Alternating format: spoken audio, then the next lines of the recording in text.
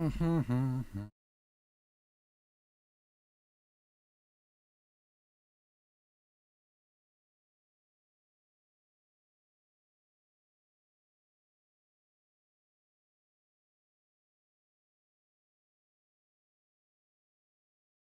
Oh,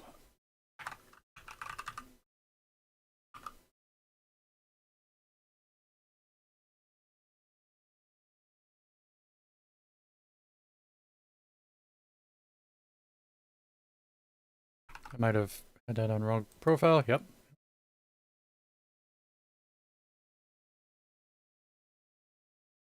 Yep.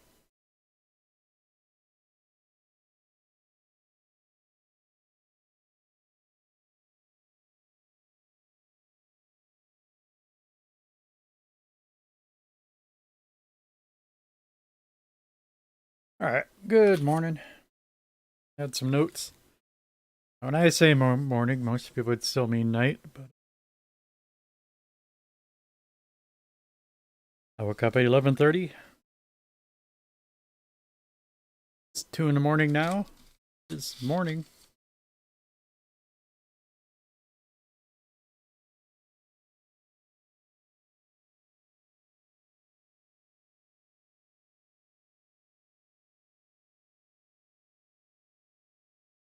Hmm. Yeah, we're looking to make some big changes to the F40 comp.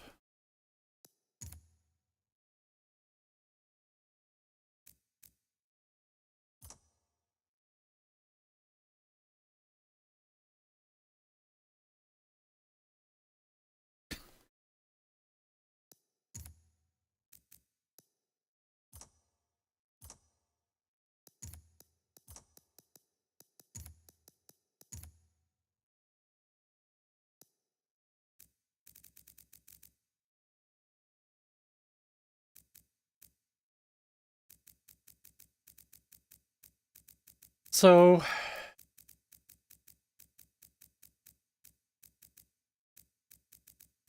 been farting around with tuning with AI. Be clear, I'm no fool. I'm not expecting it to be any good. And generally, what I get the most out of it is just when they use a wording that's different than I'm used to.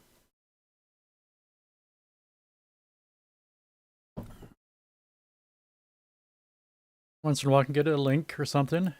Uh, and maybe just once so far, but actually pointed out some sort of a paradox,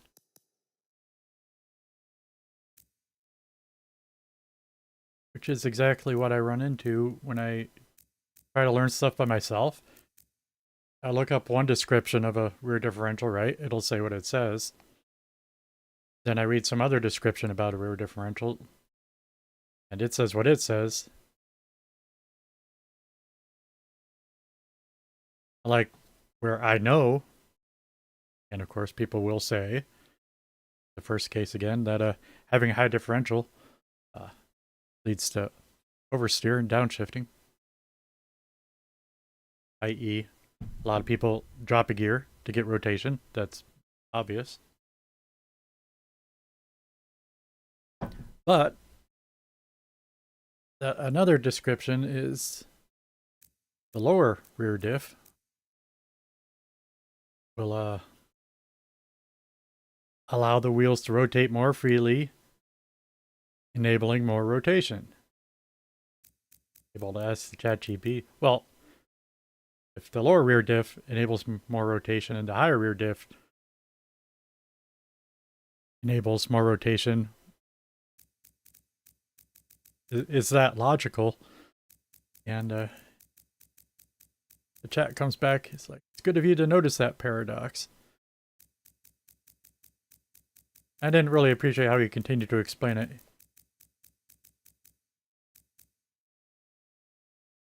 But that was that the higher diff seems to enable more rotation.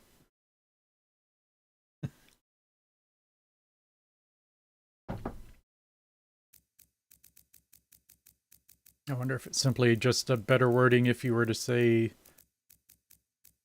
that you do get more rotation from slowing down, clearly.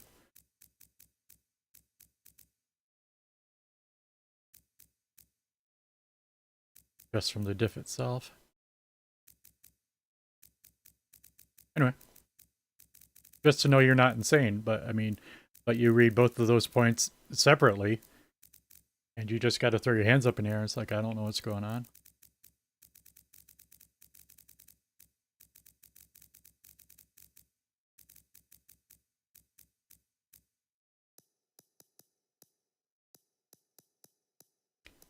And I think it's entertaining. I want nobody busting my balls over it. Bum, bum, bum.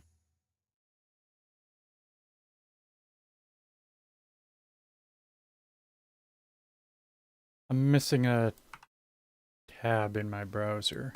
YouTube's not up.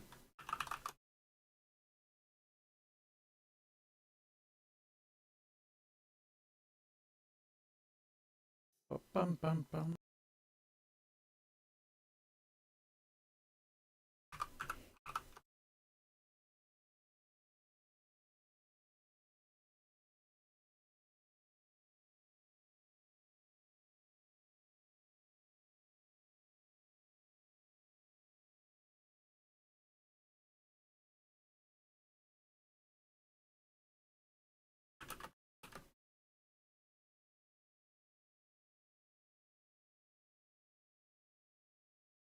Tuning my 1989 F40 Competizione in Forza Motorsport. Bracket 2025, 2023.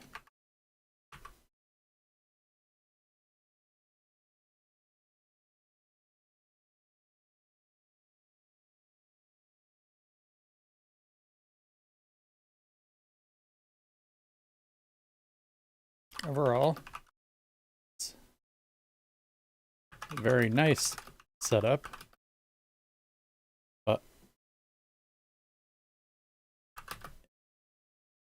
it's bouncing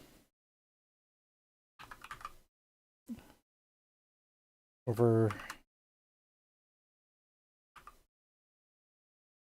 curbs at Road Atlanta, where most cars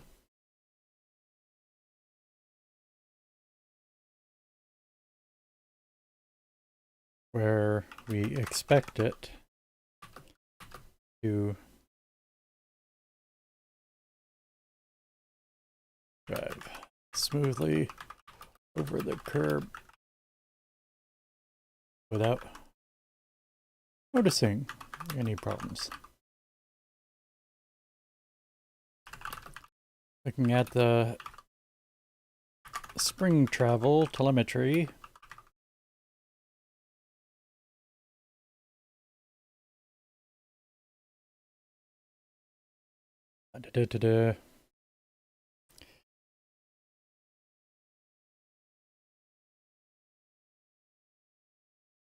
the springs do fully compress and expand a couple times, clearly bouncing, and visibly you can see that the front wheels leave the ground.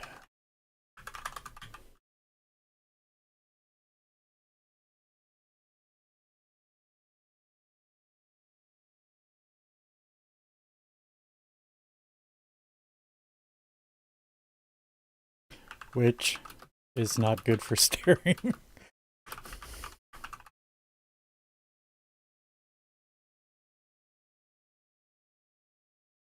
How can I tune this better?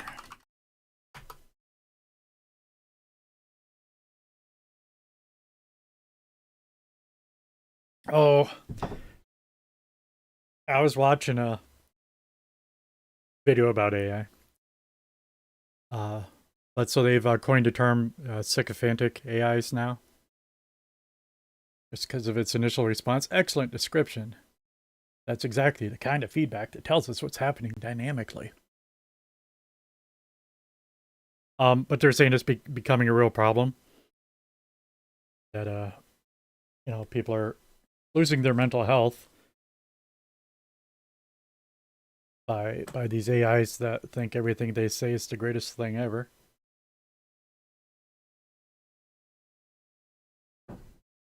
And that was all totally a pretty average article.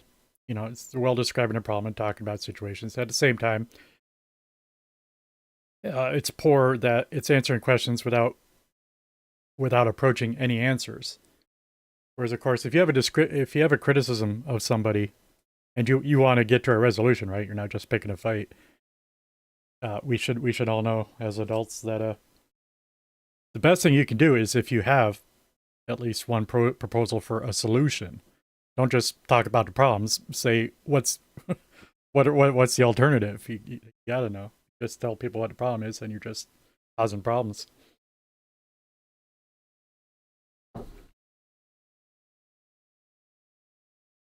But so in that, I was like thinking, well, do you think the sycophantic AI is better or worse than a hostile AI? I mean, what's the alternative if it's not sycophantic? You want it to be pointing out every time you misspell a word and stuff like that. You really must think a lot of yourself if you're trying to write a book and you can't even spell. Is that the kind of AI response that you want? It's just, I thought it was hilarious.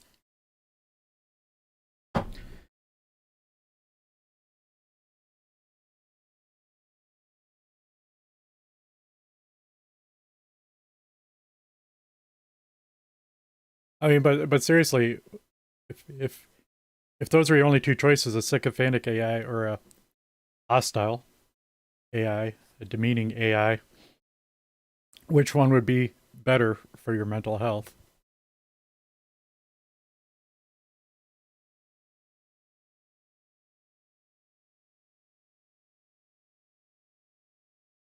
Did I say the right track?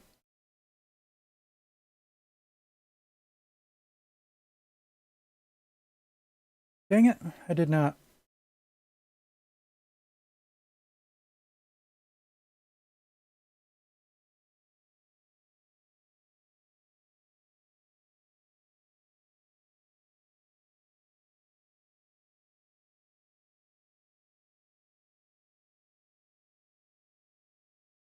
Although, and another common problem that most people know, right, is we're getting these insanely long answers. Um,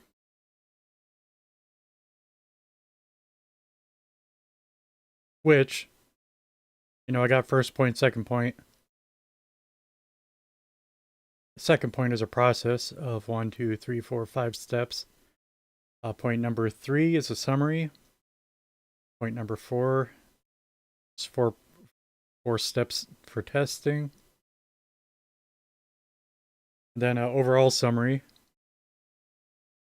Then it prompting me for more information.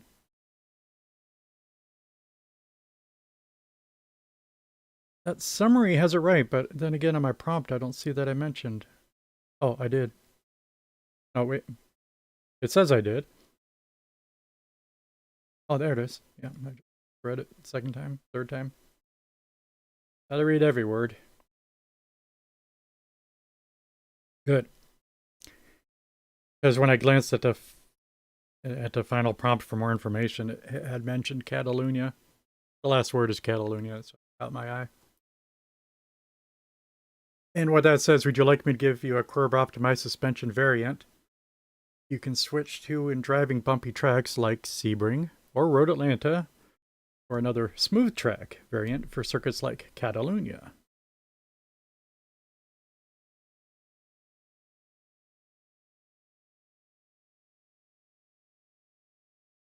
Just thinking about that, Catalunya's a smooth track. You see, and that's what I'm saying. It's just exposure to language sometimes is potentially meaningful. Now I have an entry in my brain that says smooth track like Catalunya.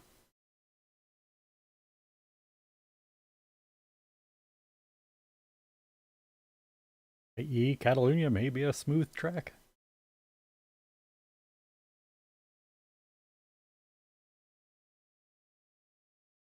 So, should I read some of this? The dampeners tell a bigger picture than just springs. So I'll leave it on this screen as we read. Whoop. It's trying to shut off my overlay. Did shut off, but I don't disable the actual purpose.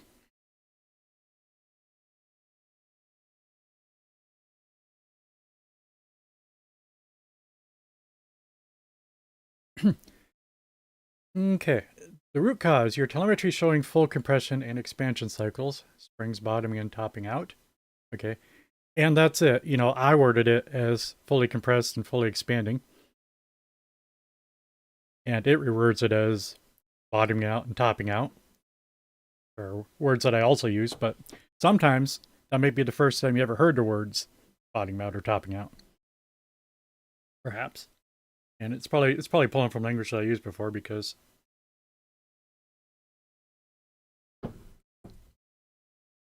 I know I've used topping out before because bottoming out is something I say all the time.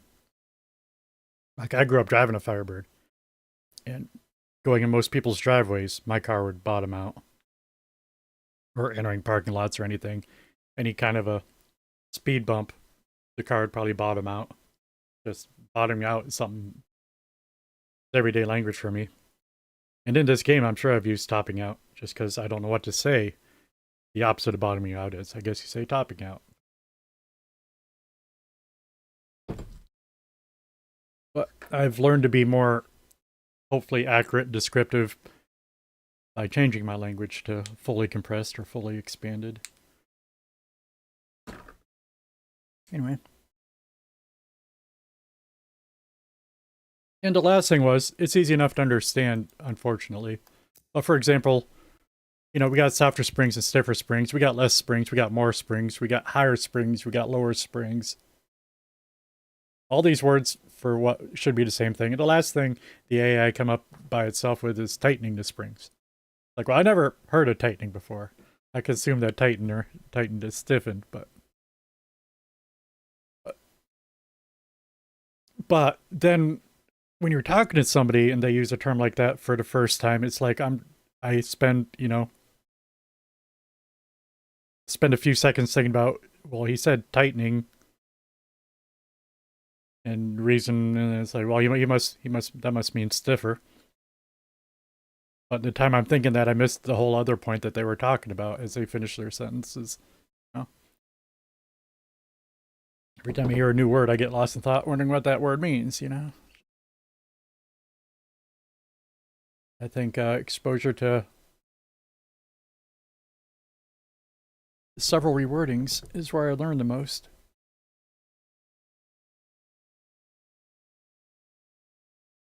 Well, let's see what it says. And I'll include a BS. I'm doing this part, I think I can enjoy doing this as entertainment. Oh, we could put that up on the screen too. I'm gonna have some weird stuff in chat though I might want to hide.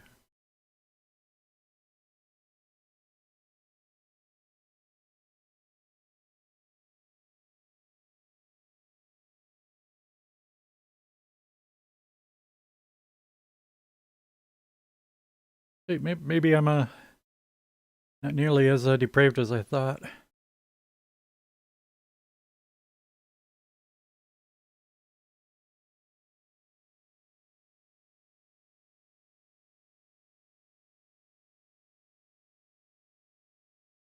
Wow, there are some weird stuff in there.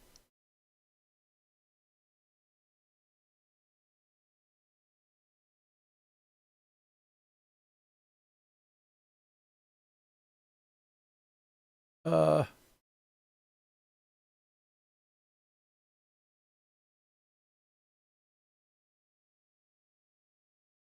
Your F40 comp is a lightweight, high downforce mid-engine car. Also rear-wheel drive. Is it a high downforce car?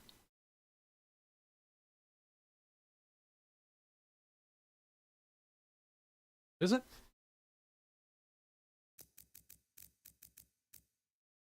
Uh, 124 pounds. No, I've seen much bigger numbers than 124 pounds. That's beside the point. But that's exactly the problem with long answers. Whole concept I can't get over in real life.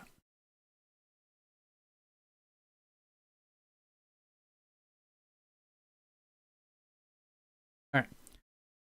And bouncing over road Atlanta curbs, especially turns 3, turn 5 into chicane before the final corners.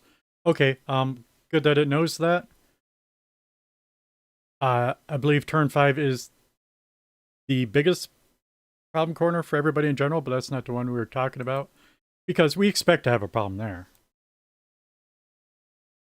Nobody usually does that smoothly.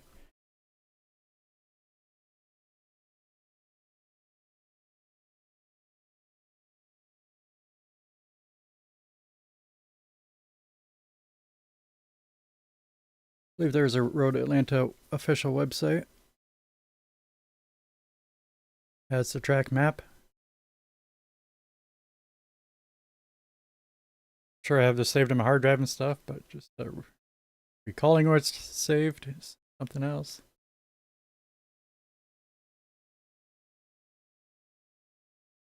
One, two, turn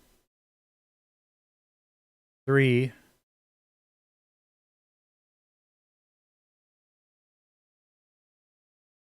Turn 4.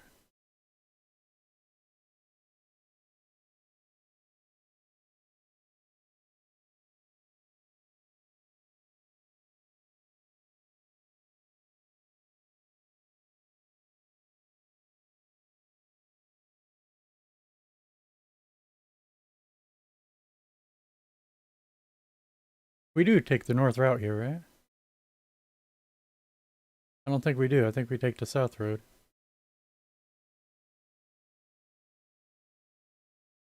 I don't know which way's north. Yeah, don't say that. It's the wrong way. Anyway, we don't take the chicane. But I was saying turn 5 is after the S's. Yeah, you expect to have a problem there. But it's absolutely right. I'm talking about turn 3.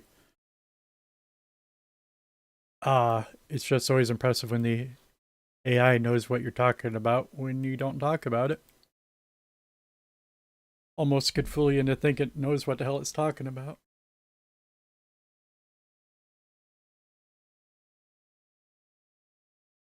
But it is turn 3. Very good, AI. And the chicane before the final corner. We're relatively okay there. No, but it's accurate. Most of my cars, if you take too much curb there, it bounces. It jumps a little bit. But so most curbs you just don't take too much and it's fine.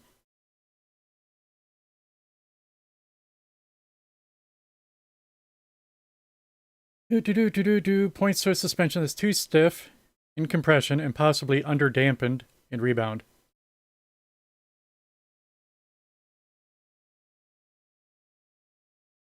Oh, yeah.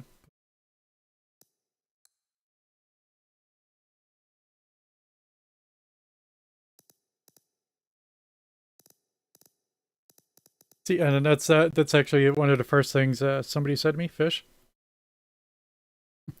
It's like, I don't think my bump's actually too stiff necessarily. It's awfully low.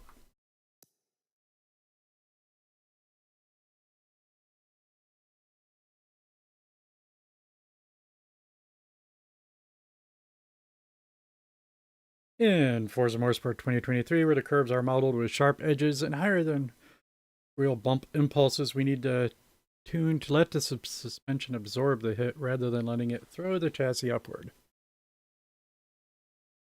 Go step by step. He says that, but what are the big 4 steps? The root cause, Step-by-step fixing. Summary of changes. Testing.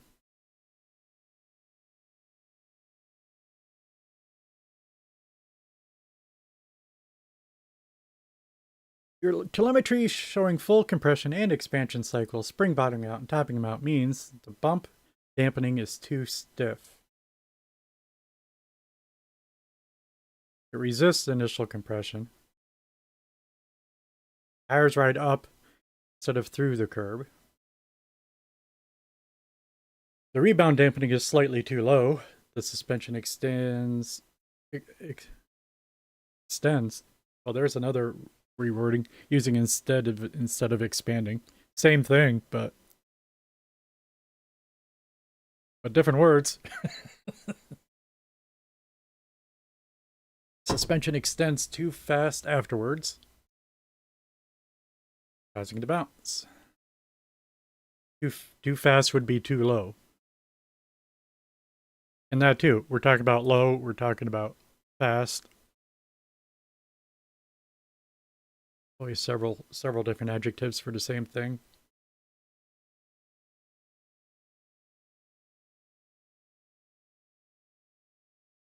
And so that's all. There's a word, I don't know what the word is. Predated. That's all based on knowing that in both cases, stiffer springs are slower springs.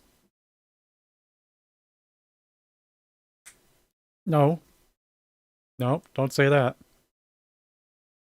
Stiffer dampeners are slower dampeners. Soft is fast, stiff is slow. If I didn't know that, maybe I'd be confused here.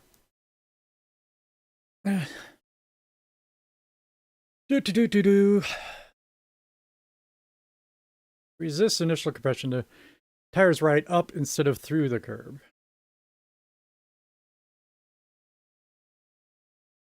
The rebound dampener is slightly too low. The suspension expands too fast afterwards, causing the bounce. I mean, I always think of that as just, you know, it pushes you into the air. I mean, yeah, that makes you bounce. That's how you bounce. You push off the ground. The spring stiffness may also be too high overall for that curb profile. The spring stiffness may be too high. Sort of glad it said that, because I've just on my own, first thing I was going to do is stiffen my springs, because operating on the principle that more springs means more travel. If I'm hitting at the bottom, I'm hitting at the top. Let's just give it more room to go up and down.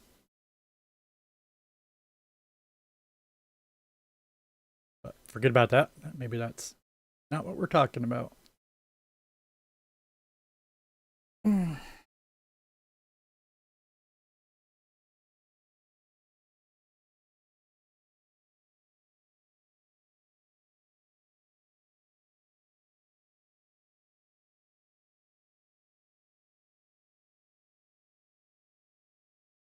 See, I'd like a little bit more explanation for that one. Like this, the bump and halving is too stiff, and then it explained it. The rebound dampening is slightly too low, and then it explained it. Spring stiffness may be too high. It doesn't explain it. Whatever. When the tire fully unloads and loses contact, steering goes numb. Whoa. I mean, okay. Good thing let's talk about something stupid. It's something obvious.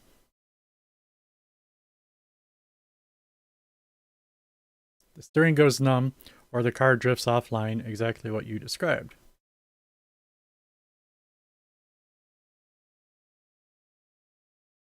The steering goes numb, of course, is something I never heard before, but it's obvious what they're talking about. You know, when your front tires are off the ground, you can't steer.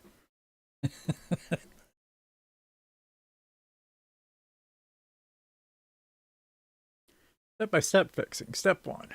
Soften the front bump dampening. Let front wheels compress freely into the curb impact. And I can sign up for this being my step 1. If front bump is 1.8, go down to 1.6, 1.7. Rear can stay where it is. Curb behavior is mainly front driven. That's and that single line. That's a good bullet point to always refer to, I suppose. Seems like something profound.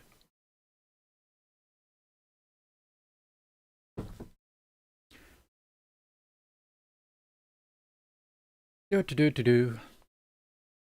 This allows the tire to move upward instead of transferring the jolt to the chassis. Okay, I concur. Now, before we get there, let me peruse the testing method. Run Road Atlanta short. Why? The first two curbs and final chicane. Yeah. It's funny though, because I mentioned turn 5 and you don't take turn 5 if you do the short track. But he's right that I had been testing at turn 3. Excuse me. Turn 3. Watch suspension telemetry. Okay, now that's hard for me to do. I can discuss that, but no need. Springs should compress 75 to 80% of travel and settle quickly. Watch steering feel. It stays solid on curbs. You fixed it. Watch steering feel is an awkward wording. Because watching is one sense, feeling is another sense.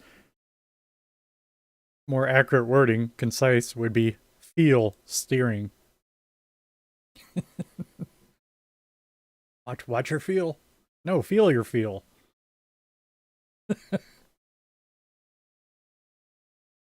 I entertain myself. If it stays solid on curbs, you fixed it. If it feels too floaty. Tell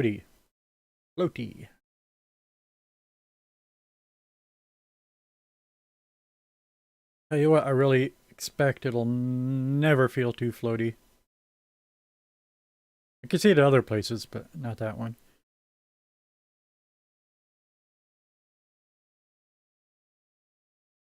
I'm my brain's trying to process exactly what the definition of floaty is. I know floaty from like the VIR S's. Where if you don't get any rear downforce, you just end up off the track almost surprisingly. Happens every time.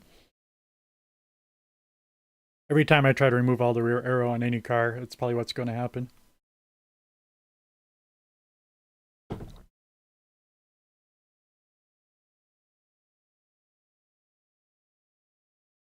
But I could also say floaty could mean when you don't feel the curbs at all, which in some way, so.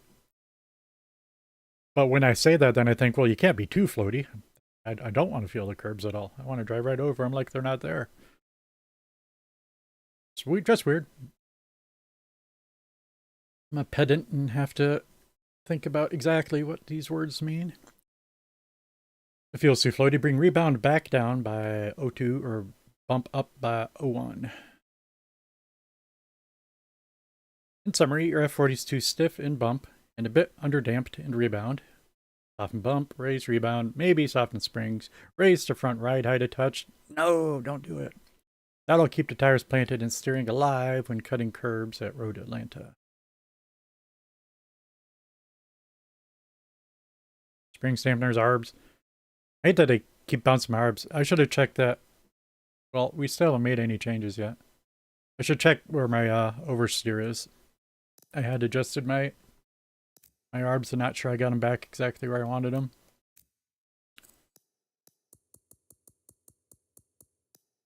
Nope. Road Atlanta, Michelin.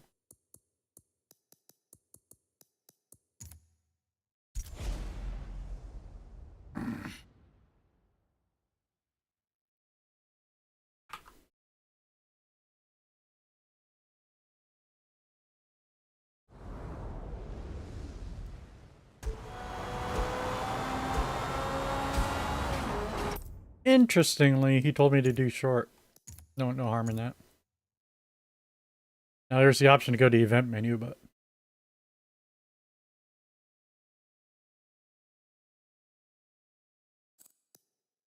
I'll take so long. What's it matter?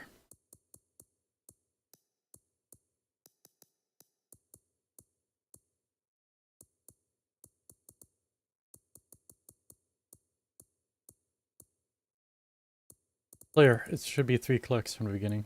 Thank you.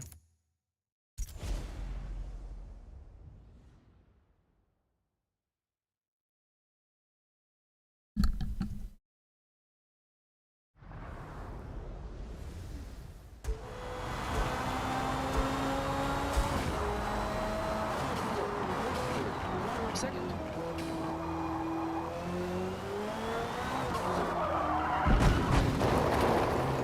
Second. First.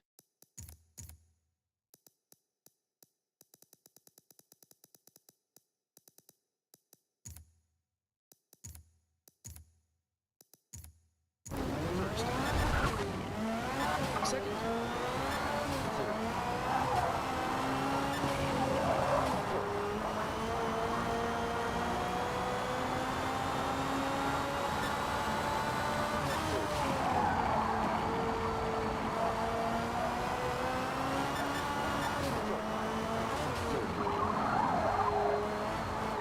Yeah, I'm not warmed up yet. Had to make a steering correction. You're offline.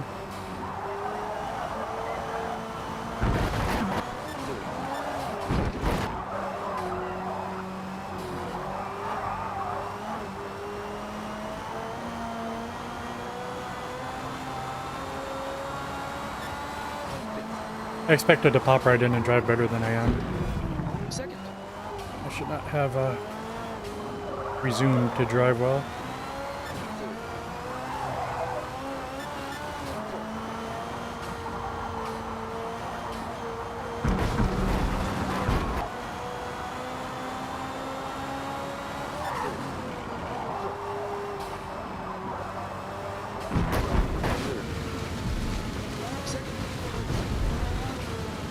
To it.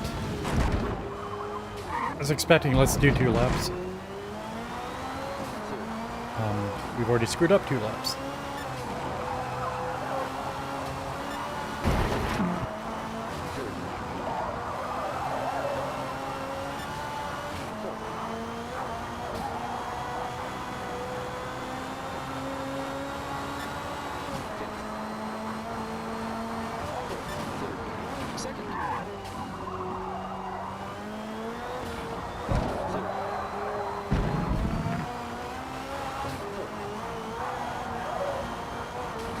Surprised to be skidding there.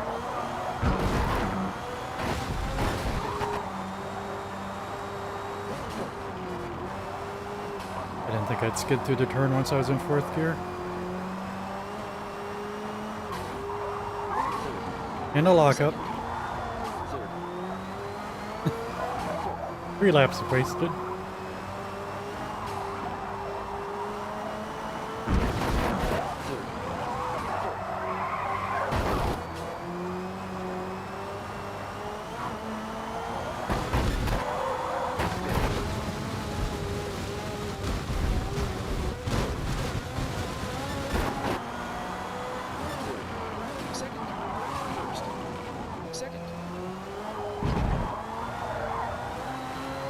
Well, I saw some frame drops. It's okay. As good as it gets, but I had a problem, but I guess we fixed it.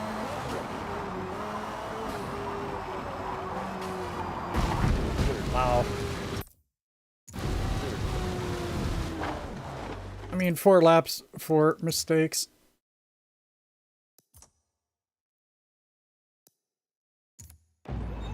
Can't even.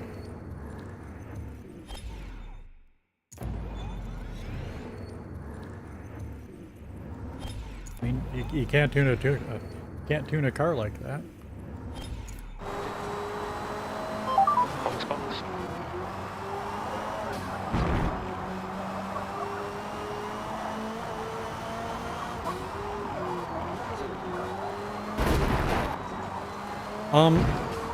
So the bad news is we went through perfectly there. What we've been looking for, Second. and our incident was not there.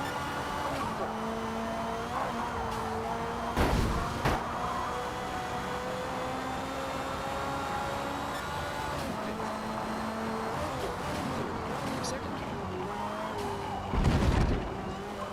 Yep, that left tire's lifting up. We mentioned that.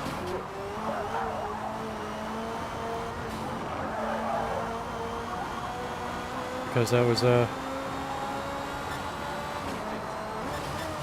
AI's third suggested problem corner, and he's not wrong.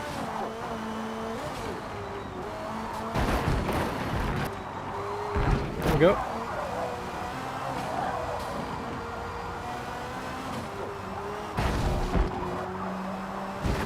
That was not as planted as in the first place, but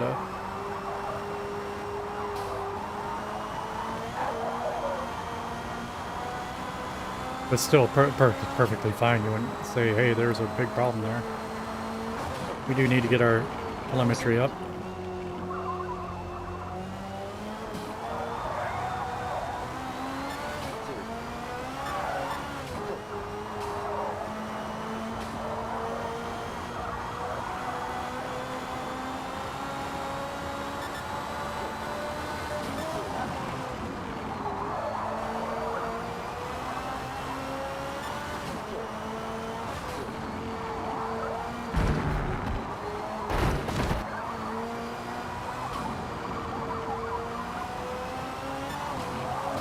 Just so, but again, it wasn't a problem.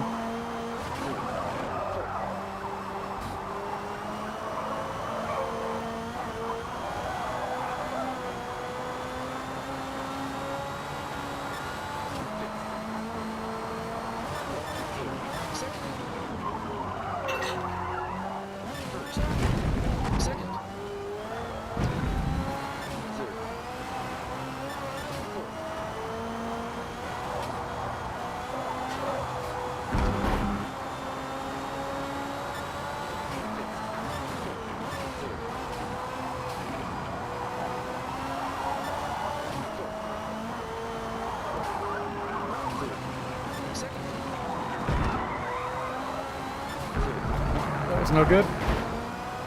Let me take a look at the previous lap and see how it was.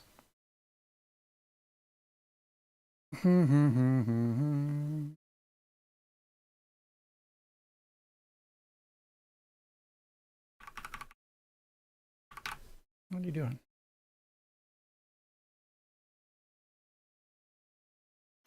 Box. I don't have the telemetry up yet. We were not anywhere near the end.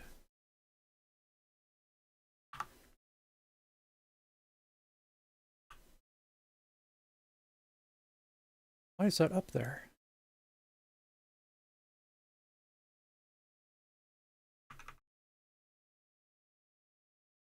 Oh. I'm watching me watch me. That's awkward.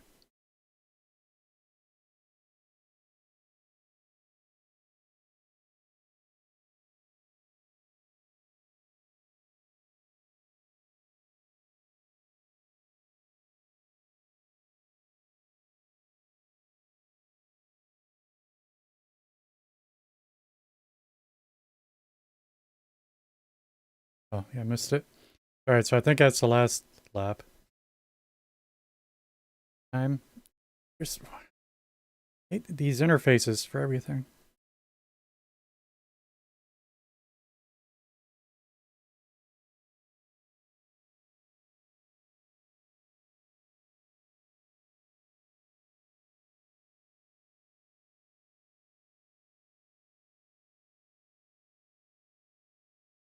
Oh, and I can't do it with my camera, right? Fortunately, we're not worried about the right side tires, really.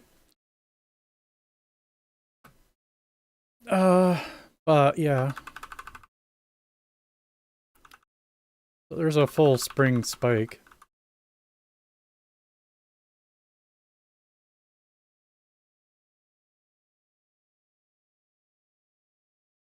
And right there with no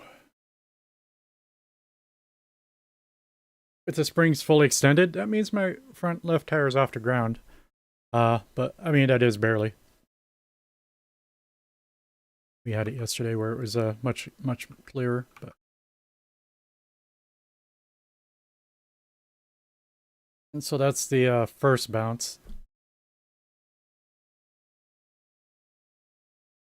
Up in the air and coming down.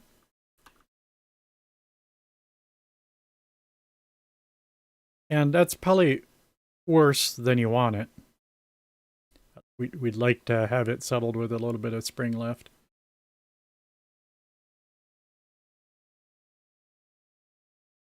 And you can sort of see the change in posture of the car. Front tires are in the air. Front tires are on the ground. Front tires are in the air. Front tires are in the ground.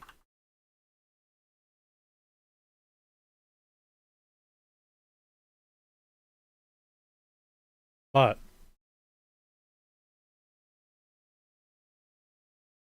so I'm calling that 2 bounces, and it is not as good as we want it, but it didn't affect me at all when we were playing.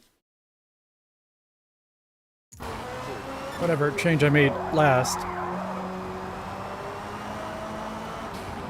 Pretty good. But a big part of it is I'm also hyper aware of it, and I can drive to mitigate it.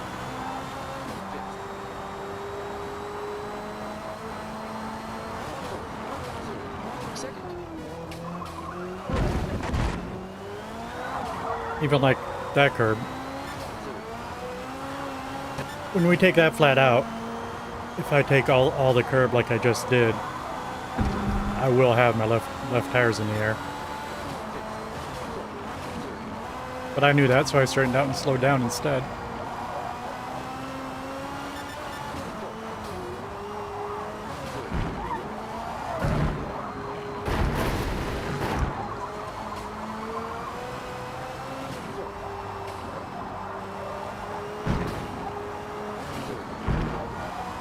I feel like saying the same thing there.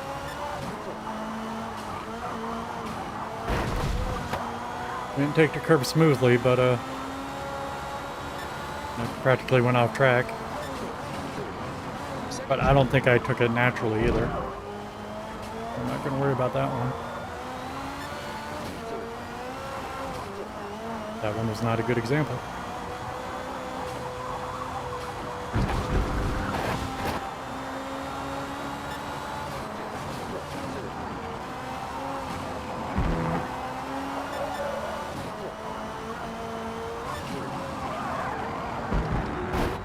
Missed it.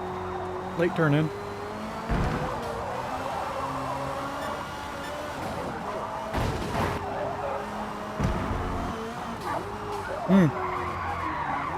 Way too much dive. Not what I was looking to change.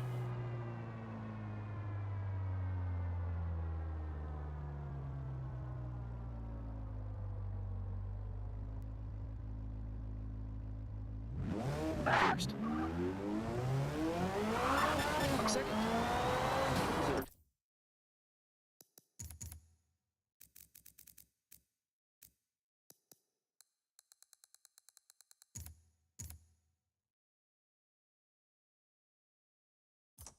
I had the brakes a little hard when we shot to the left.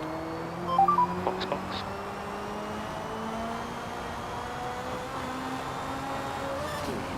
Second.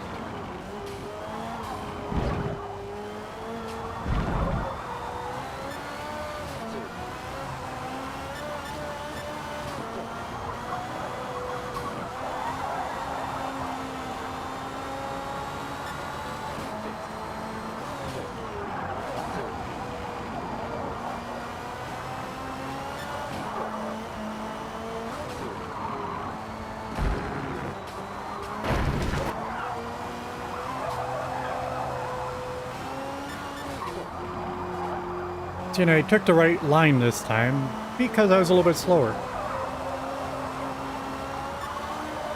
And it was fine. Why was it fine? Because I was a little bit slower.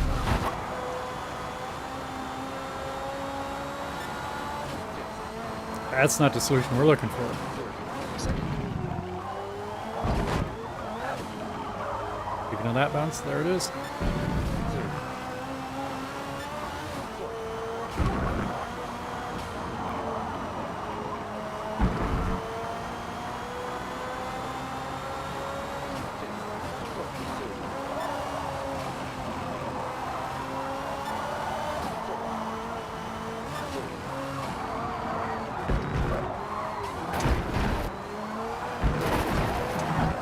We're out of control.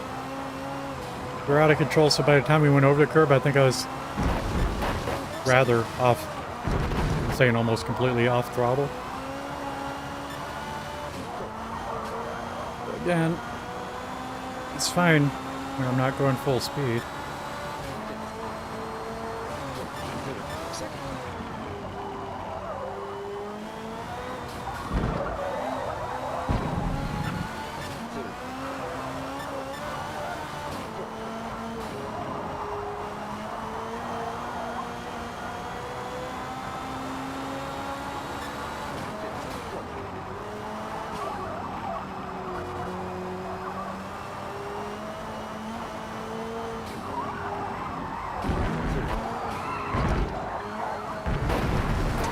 That's a little more what I'm talking about, but just my entry line was a little bit wide, so we didn't take as much curb as we will sometimes.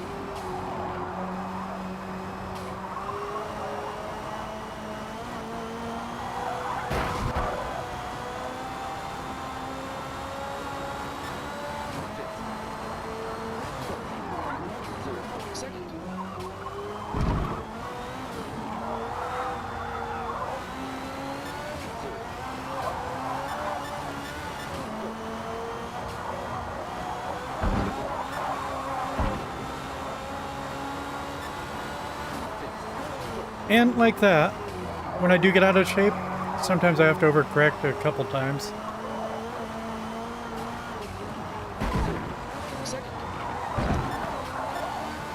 And I didn't notice anything there. I wasn't in the zone and didn't think about it. It's good and bad. I'm sure though, it's just another time we're not going to learn anything from it.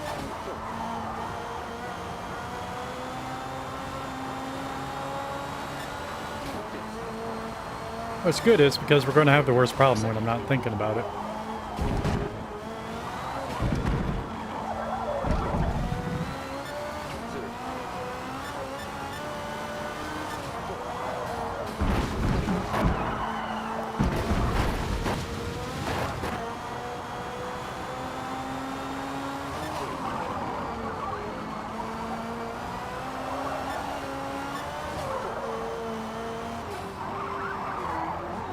Not wide.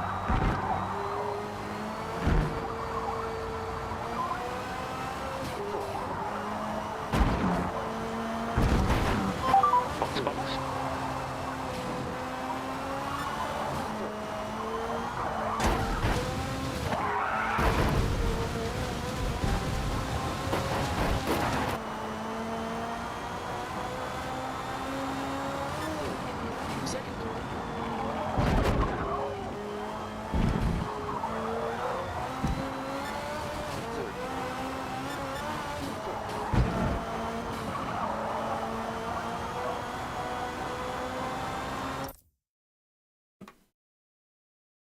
But yeah, okay, so it's almost impossible if I put the replay up on the screen, unfortunately. And I can't tell if my replay is live or if I'm watching a replay of the replay.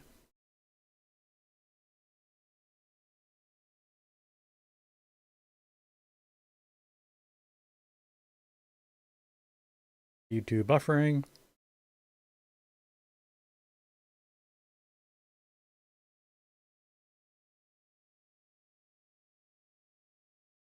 I'm checking the curb in the chicane.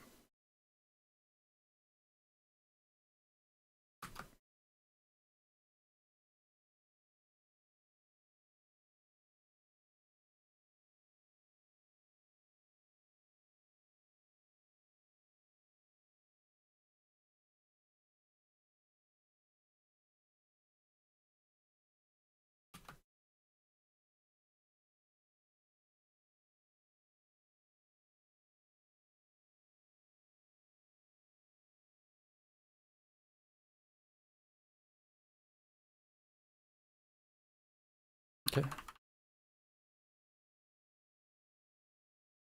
I mean, I did find the incident, so I'll put it up now.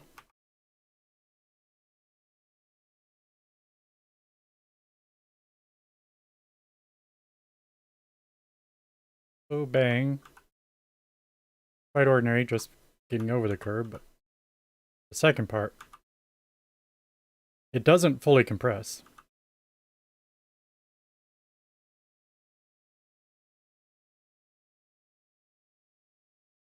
Or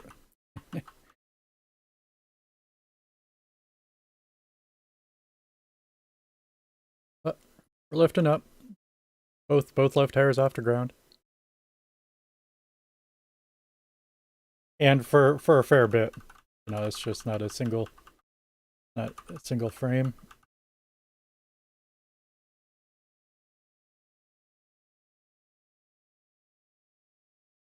Then when it lands, it's still not fully compressing, so that's a little bit good.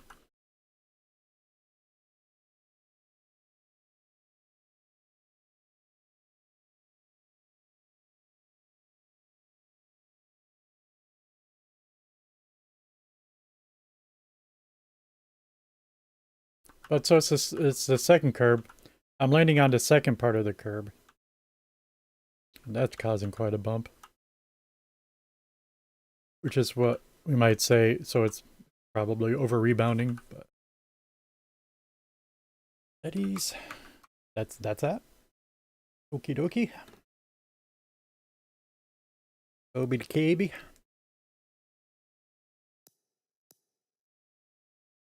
Anyway, I did a lot of laps there. Sure, it took me 4 laps to stop driving like an idiot, but go back to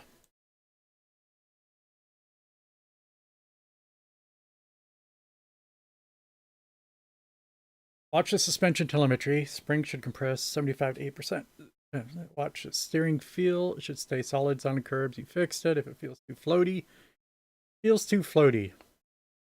Yeah, I would just never word it like that, but it has to be saying if you still have a problem, as you first described. I didn't describe it as floaty.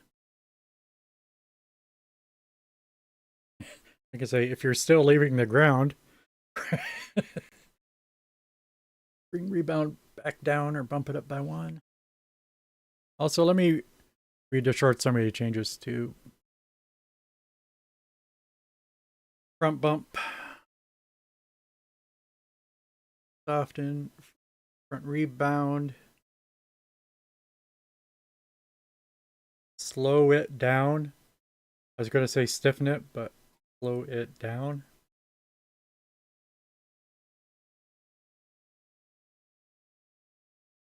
Raising it, increasing the numbers.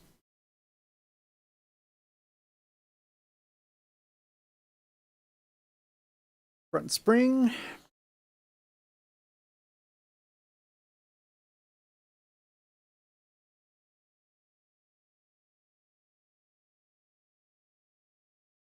Wait, lower springs is more travel? See, all right, there's another different wording.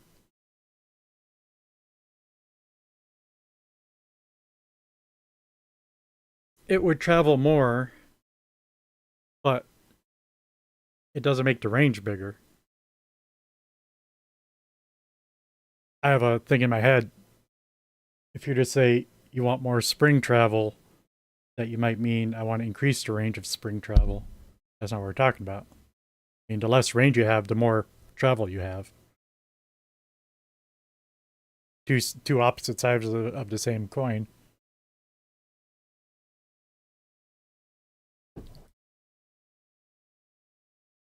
And less launch. It's the first time I use launch as describing curves.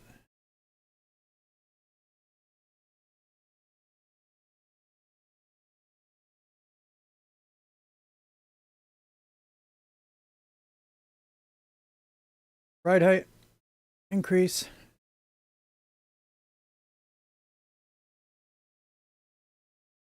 That's something I have to say. I haven't said to myself in a couple days. Then, also, raising ride height does increase your spring range, the amount of travel possible. And the front ARBs. Yeah, I don't know. Talking about tiny ARBs. Oh, that's what I was doing. I didn't even finish. Yeah, just try to focus on that explicitly for a couple.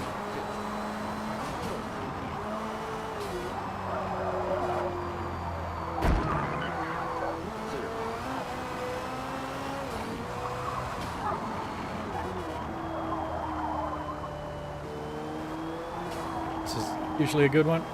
We're not getting any oversteer.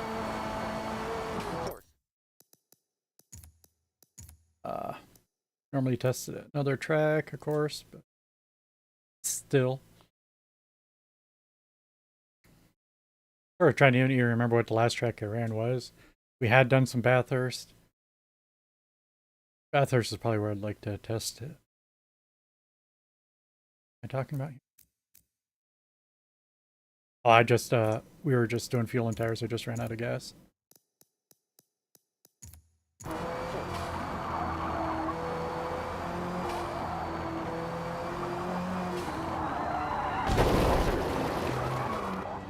Second. And try to remember the last change I made. From 36 to 34, or was it from 32 to 34? It was probably from 32 to 34. Go back down there. Second. Second.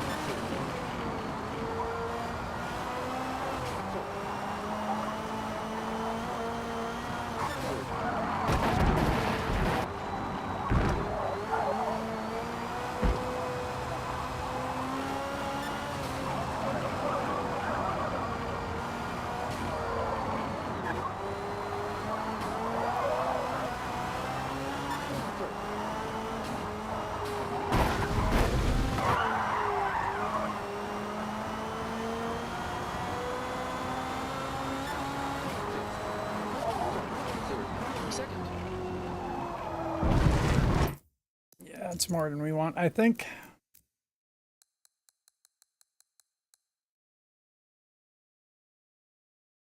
So it's not far off. Well, actually, for now, I'll put it back to where it was. Box, box. Just keep that in mind for myself. I'll be right back. See, good screen to leave us on. Bump, bump, bump, bump, bump. I mean, I gotta. I don't get you guys can't see my chair. My camera's low rather than high. Gotta say, be able to see the chair for a chair stream, but can't. So I'll throw up the be right back.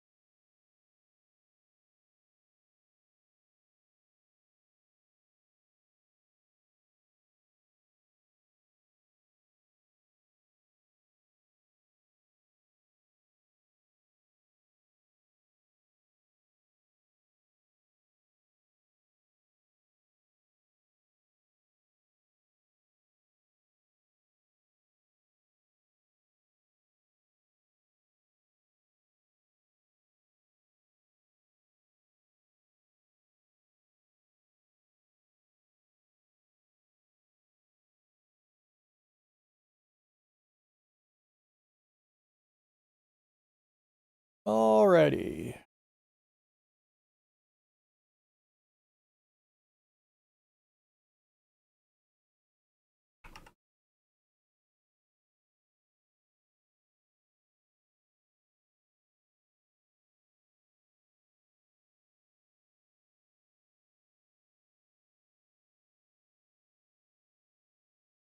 But okay. I've addressed everything else of his response.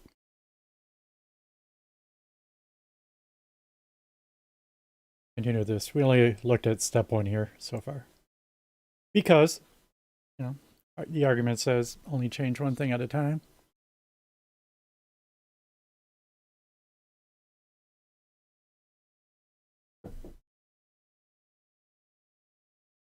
I don't remember when the last time I backed this up was.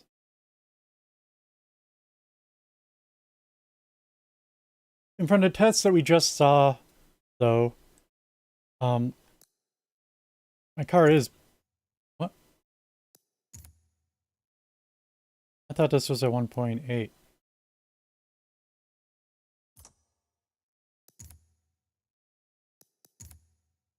mean, I think I'm just bumped the, yeah, I did. Good thing I noticed. The car is better than it was, so I'm gonna save over, this one.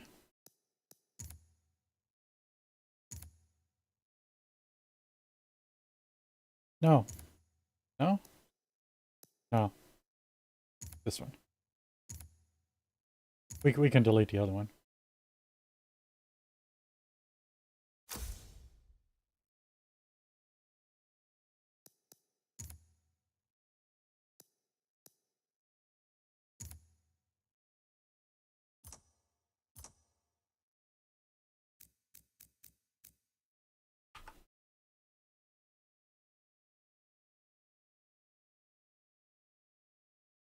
Think,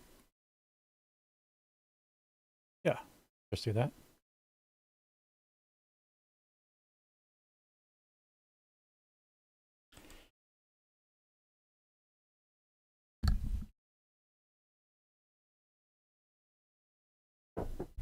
Yeah, step 1, soften front bump dampening. Let the front wheels compress freely into the curb impact. For example, if the front bump is 1.8, go down to 1.6 or 7. The rear can stay what it is. Curb behavior is mainly front driven. This allows the tire to move upwards instead of transferring the jolt to the chassis.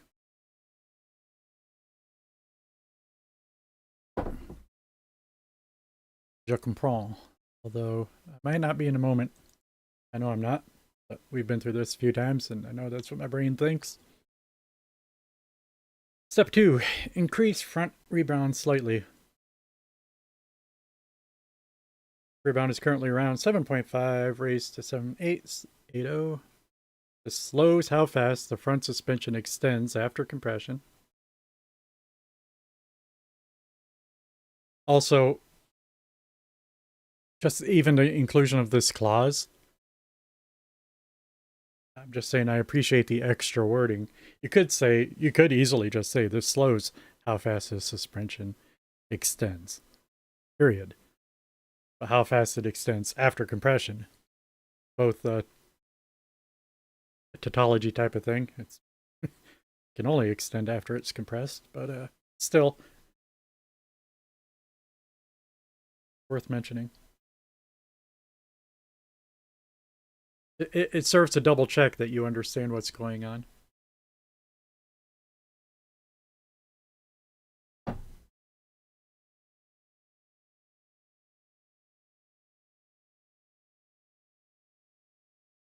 But yeah, I've been talking about that. Of course, higher is slower.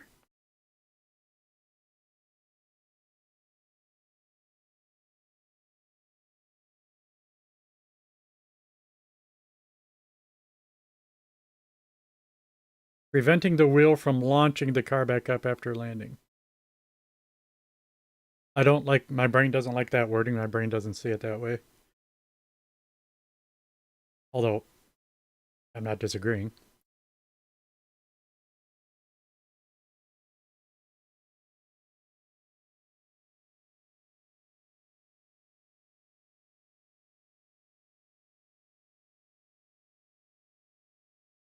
You know, if you're jumping up and down and you land,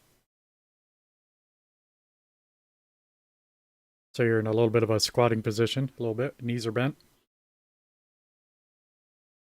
Like if you push ups slower, you know, you might not leave the ground. It's just a little awkward for me. I was pushing off the ground to call it a launch. It's all. I get it.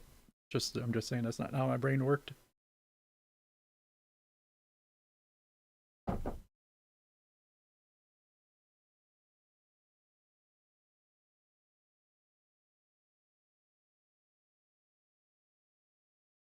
Right.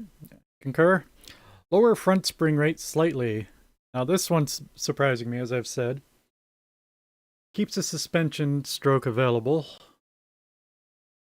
Keeps more suspension stroke available. I've never heard of, first time I ever heard of suspension stroke. Oh, good morning, Duck Plague. I don't have my... Hey, how's it going? I don't have my bot on to tell me when people are talking to me. I'm a bad streamer. Get a shout out to Duck Plague. He's been playing Vampire the Masquerade, Bloodlines 2.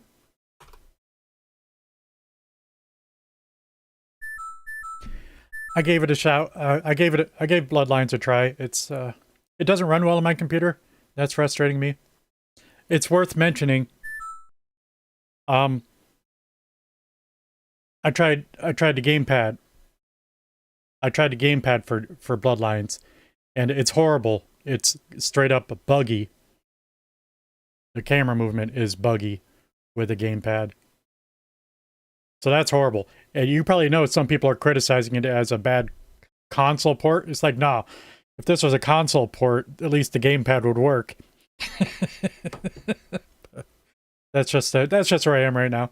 It doesn't run well on my machine, and I tried with the gamepad, so now I gotta like relearn it with the keyboard. But so I'm holding off on it. I'll just wait for some more patches or what.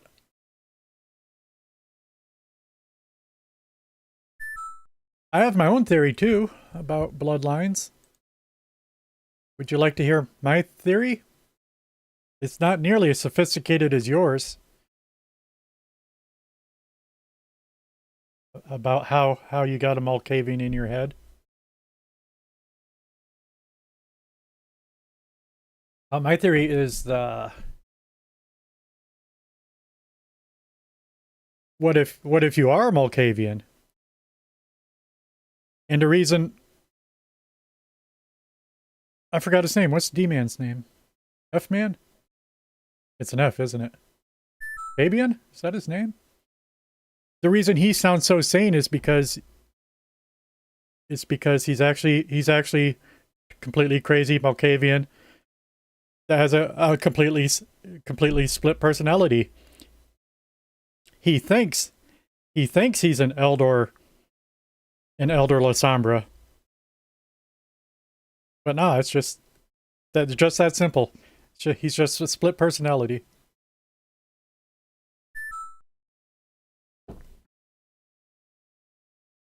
Yeah, Fabian's only imagining that he has these Lasombra powers. That's...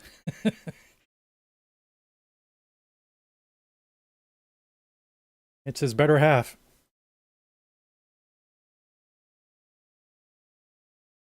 Anyway, that's it. All right. Get back to tuning my car. Yeah, thanks for popping in. Always appreciate seeing you. I'm sorry to have missed you yesterday. I don't think you streamed yesterday because was it your wife's birthday? Understandable. I looked for you. I wish the game ran better on my thing. I did find I took somebody's mod for it to increase performance, and that certainly helped, but it's still it just bothers me the whole time if I can't get 60 frames per second at least. Lower spring rate slightly.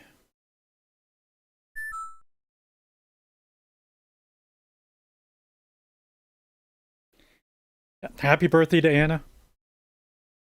We get to get slight glimpses of her in some of your skits.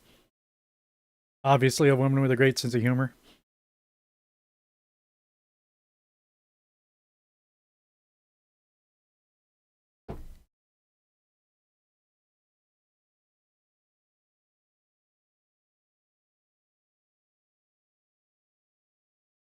And at the same time, I do want to avoid spoilers, but, you know, love to support you, and I also don't have high hopes for the game. I don't like how the story's presented. So, I do think it's unlikely I'd ever fall in love with it, but still.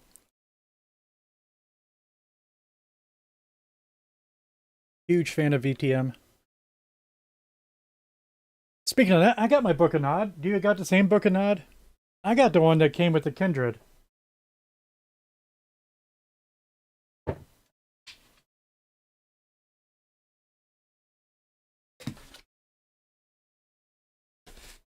This box set comes with the Book of Nod. It's a special Book of Nod.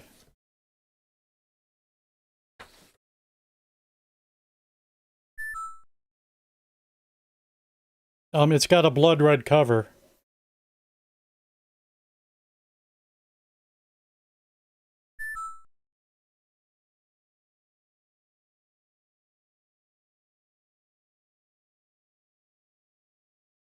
When Nosferatu was found indulging in his taste in foul ways with his own children, Cain laid his hand on Nosferatu and told him he would forever wear his evil, and twisted his visage.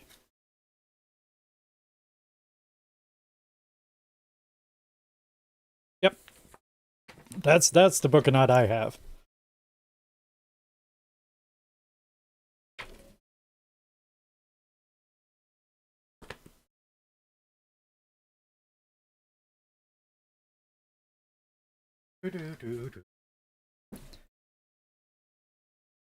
Oh, you got a nice black one? Excellent. But yeah, this is very high quality. The box set, 20 or 30 bucks, might be worth it just for the Book of Nod.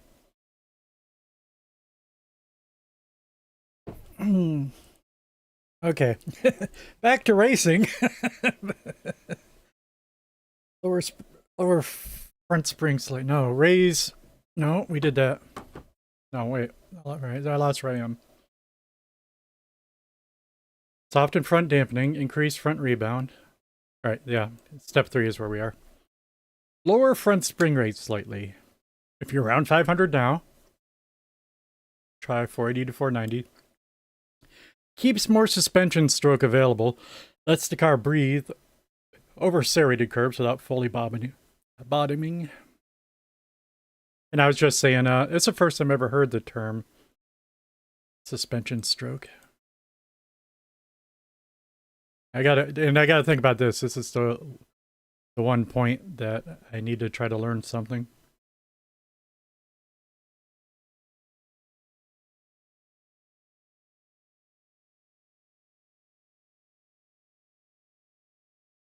Stiffer, it's softer springs, softer. Don't know if I'm allowed to say faster, but no, let's not say faster. Stiffer could be faster, and yep, no, let's not use that wording.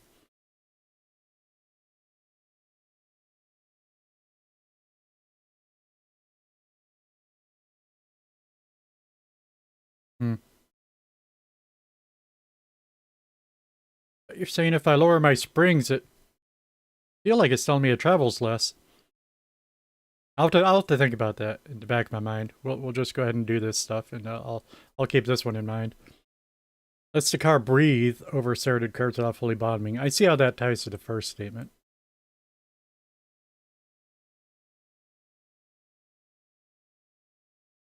Yeah, it's telling me I was thinking about it wrong. I think it's telling me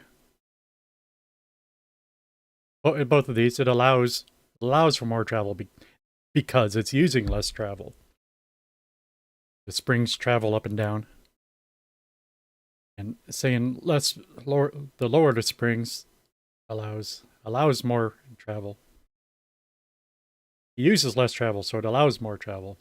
Yeah, there's the wording. Keeps the rear ratio roughly the same. Maintain balance. Oh, and thank you for pointing that out. I was worried about it wasn't going to tell me that.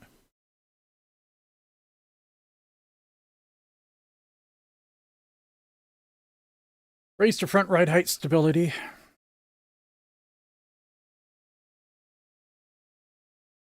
I don't want to do that. But I would like to do what it tells me. But it's not either.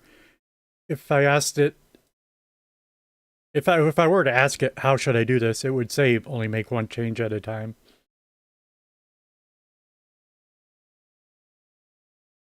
But we're gonna make more. But I think we'll do 1, 2, and 3. Skip 4. Reduce front ARB slightly if needed. It's still launch onto the curves after the above. Jump to front ARB. Anyway, I'll drop it by 0.4 as it says. And we don't want to respond right now because then it'll respond more and I'll get so many uses per day. Let's do this.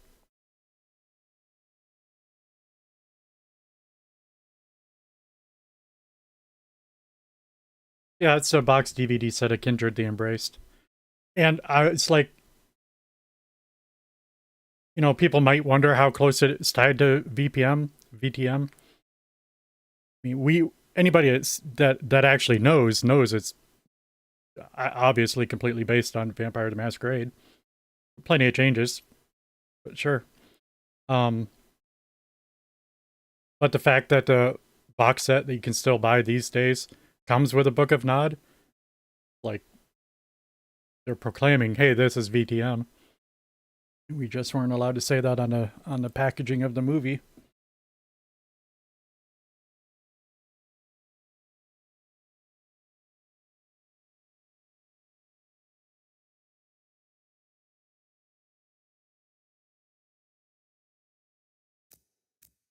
So, yeah, step 1 wants me lower, and I'm going to always do the bigger changes. I need big changes to notice a difference myself. I'll lower this 1.6. Yes, sir. Increase front rebound slightly.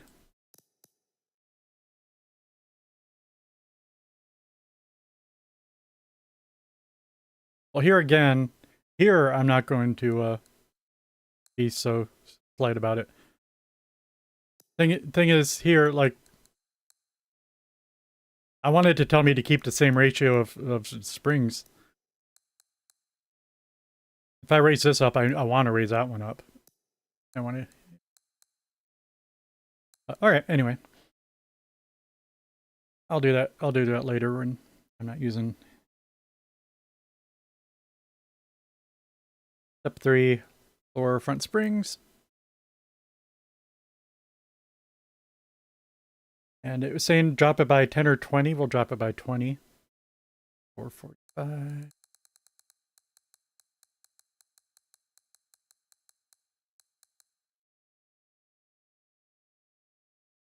And that's where it follows up.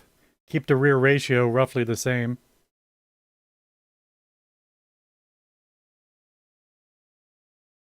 I'm going to do the math for 65.7 divided by 445.7.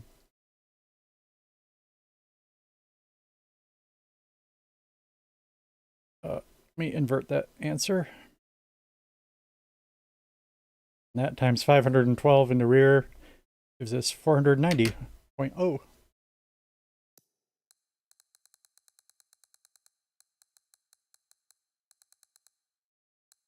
Okay, roughly the same.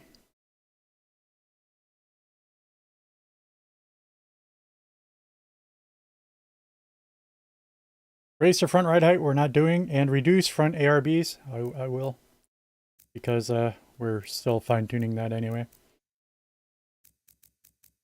That's in the ballpark of the ranges that we're using for the ARBs. Anti-roll bars.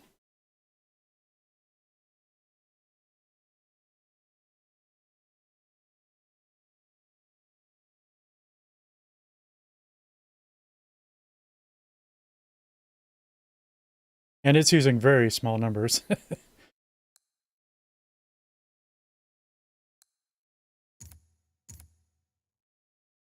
Almost to nothing. Still, it's fine. Second.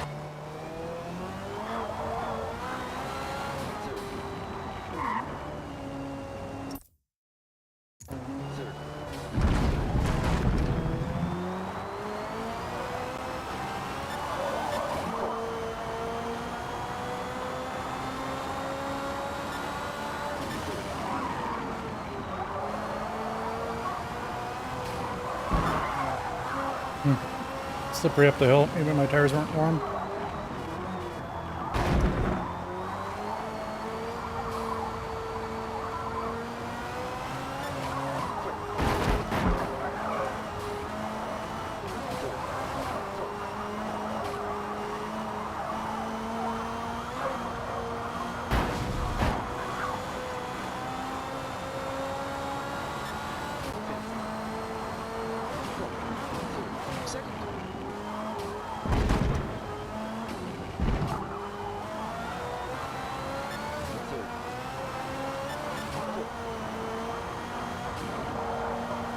Now, that last chicane looked exactly the same. And the left side of the car raised up. And of course, that's usually my response to making changes to a tune is that, yep, I can't see any difference.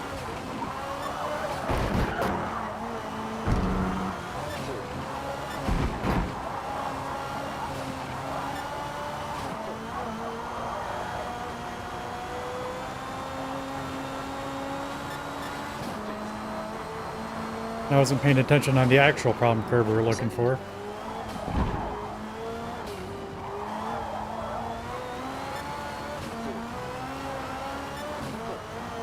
Whoops. Yeah. Yep, that weight balance. Weight shift. I don't know how to describe that. Reverse.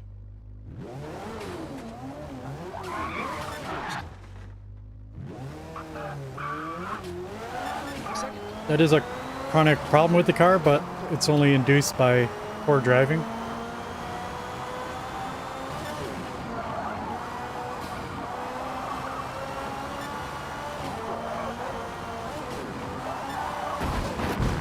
Second. I didn't take enough of that right-hand curve.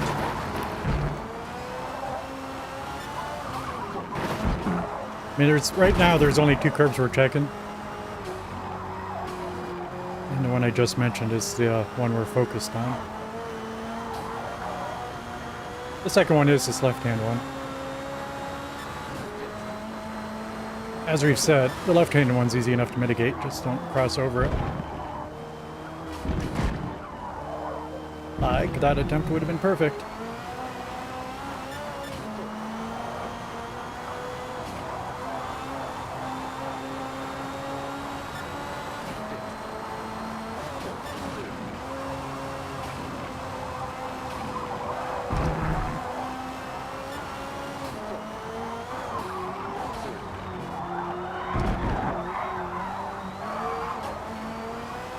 And we weren't taking a normal line there at all. We were sliding the whole way, so no joy. I forgot to call it out though.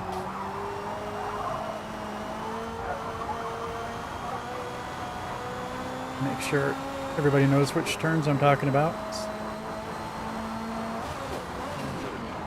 And this left hand, there, big cut. Rear tire lifted off the ground.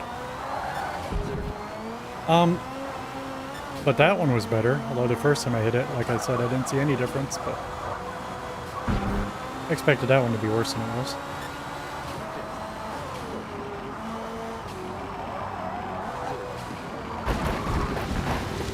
It's gonna be hard to get online and fast enough for the turn we're talking about. Oops. This one. That's what we're I'm talking about. I was super slow that time, so it doesn't matter.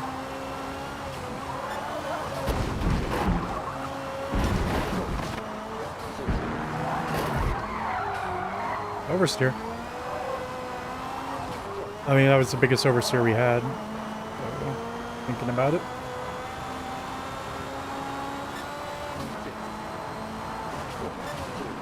Second.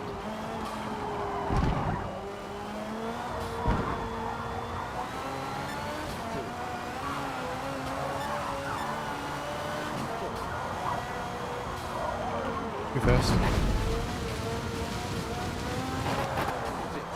I didn't let up as soon as I should have when I started getting the line wrong. Yep, overdriving or something now. Reset. Try to get this good right now. There. Bounce. Front wheels were definitely in the air. I'm supposed to have this up so we can see. I should cut off the other thing.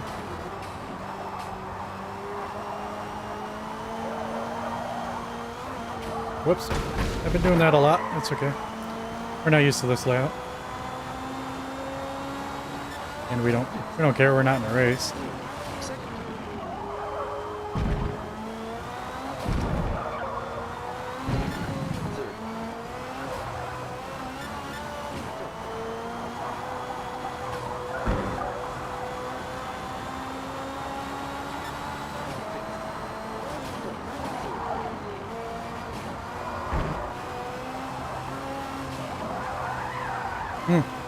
Yeah, it's weird now.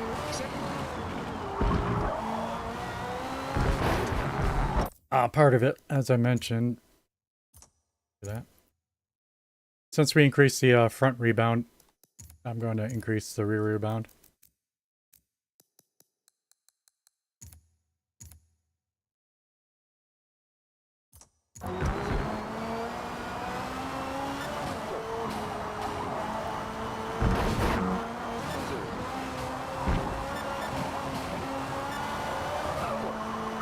Box, box.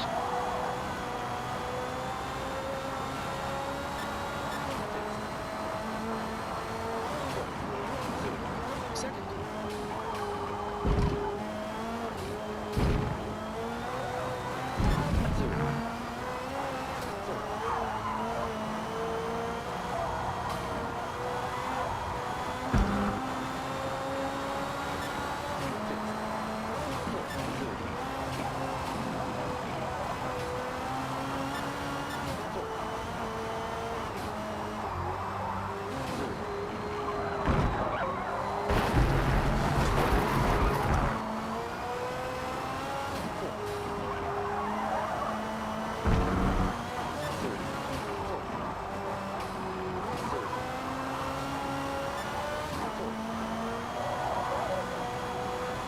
Alright, the change I made, the rear dampener, I feel much better about the car now.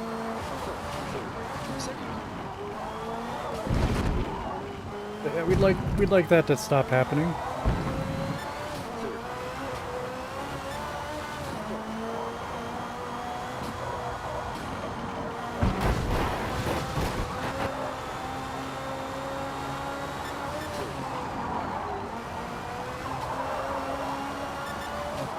But again, that one's not exactly a problem. This one is. Did look better. I still haven't had it bad, but I've usually missed the turn every time.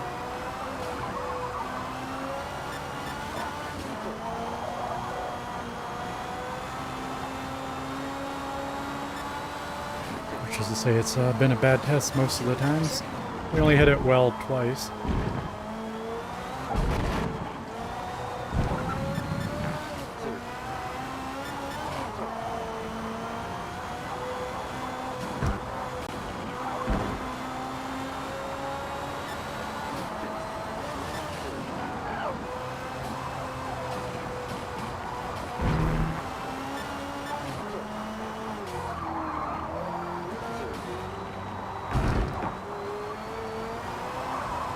And that time I'd been fine. There's also other times where I really don't know how I hit it.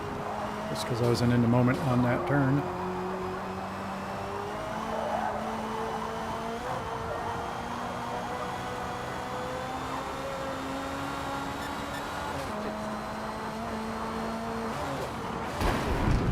Second. First. Second.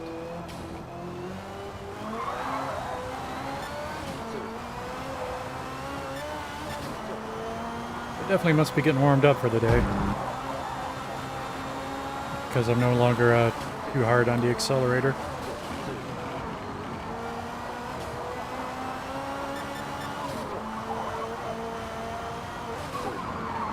Second. Like that. This seemed to be like perfect even.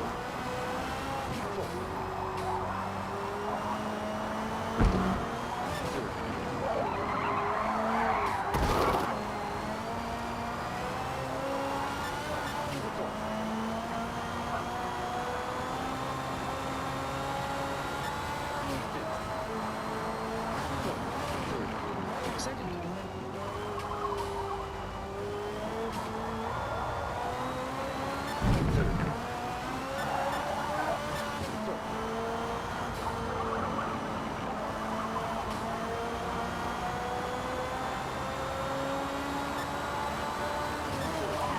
Quick late on purpose.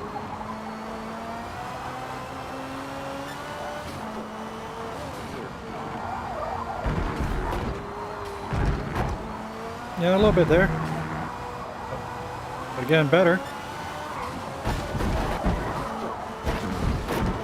Whoa, whoa, whoa. Do that all the time, I mentioned. Second. Didn't let the weight shift before I tried steering.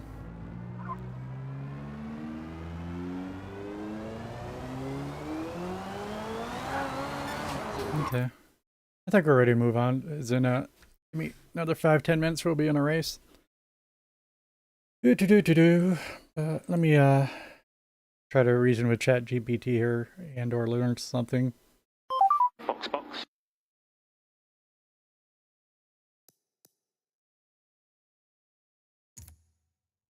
Trying to use it to keep track of the stats too.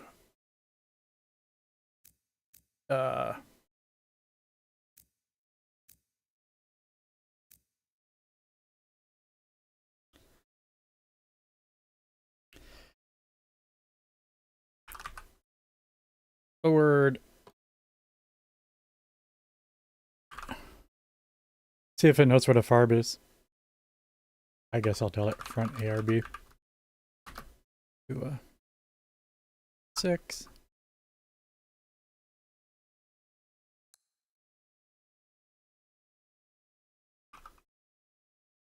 Springs are lowered both. Springs to 44.5.7/490.0.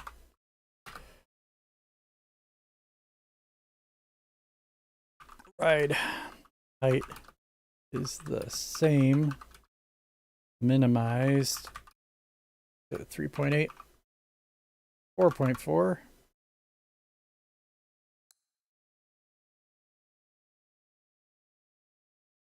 Front dampener. Front bump. Lowered to 1.6. Rear bump is unchanged at 2.0.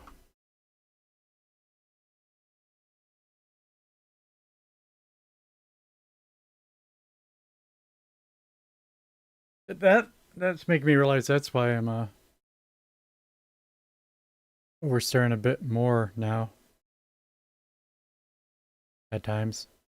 At one time that I mentioned, that was a big oversteer.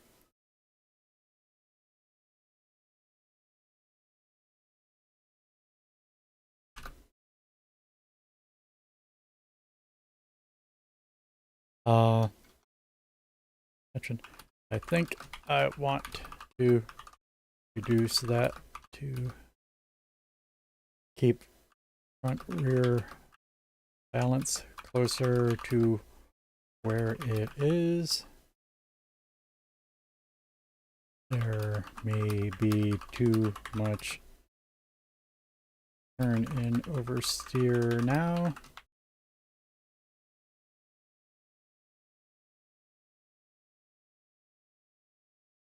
But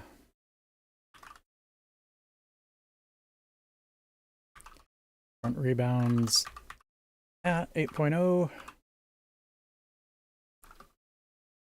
Rebound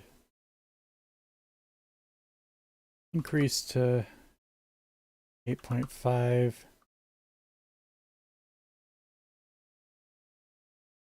Kind to keep the same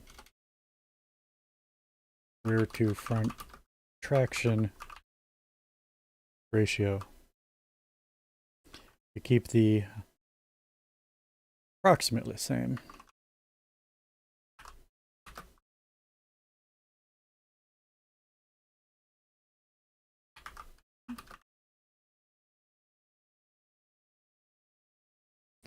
Car's pretty good. Thank you.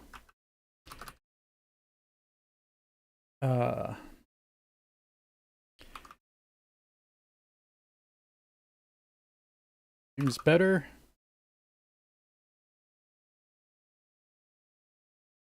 Sometime still a small lift often, but not bouncing twice for sure anymore. Do.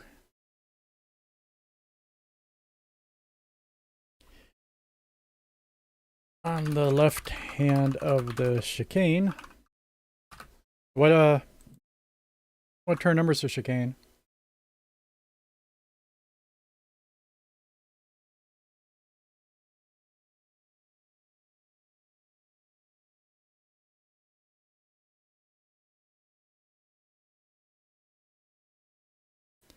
Ten A and 10B. Turn 10. All right.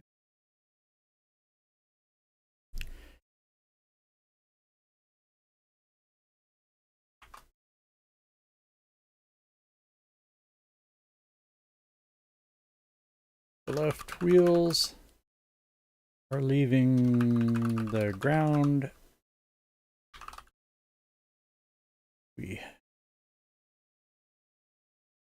When we take a lot of grass,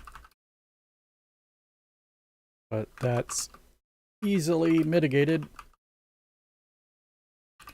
by not crossing over the curb. And not mitigate, it's easily avoided.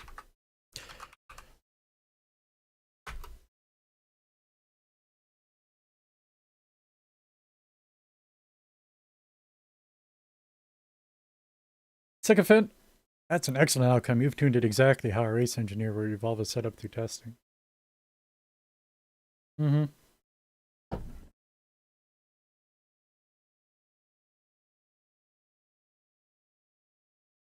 It's a textbook curb compliant, responsive yet stable balance for a mid-rear car like the F40. Let's summarize what you achieved.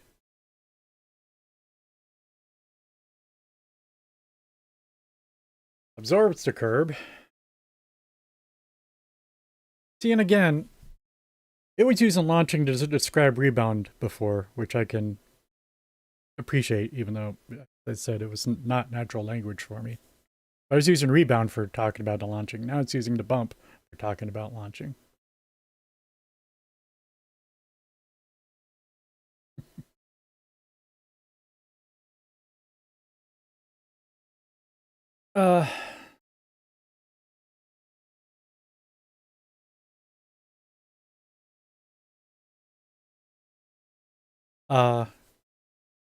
Rebound stops the oscillation.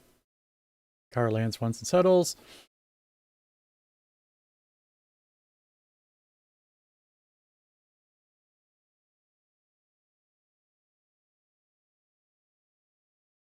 And just after we word this for myself, it's because we slowed the rebound. You know, it's like I said, it's what's pushing us and trying to make us launch into another bounce. But You push slower, right? You're less likely to leave the ground.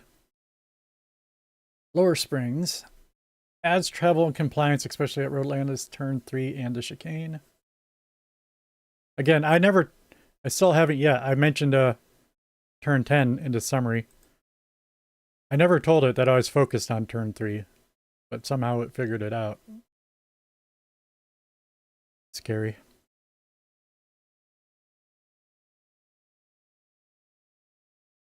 The front are, that's the wheels. Front wheels act independently. Oh.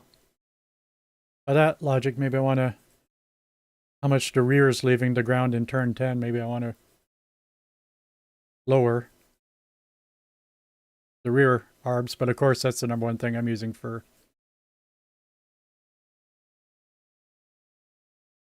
oversteer, understeer balance. Rear bump 2.0, still within range, giving slightly firmer rear that keeps the car responsive to power. Rear bump 2.0, rear bump 2.0. Did I tell you that? Yeah, I did. Okay.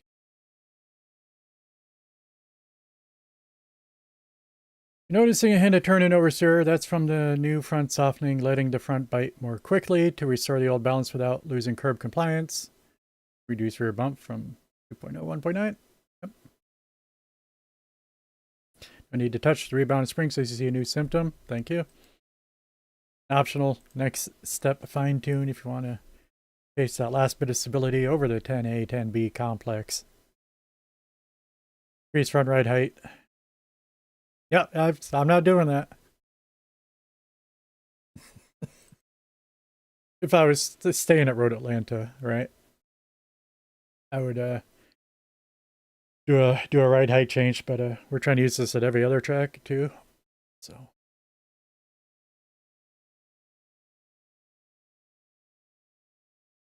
and now it also omits mentioning I like it when it gives me the comparable tune.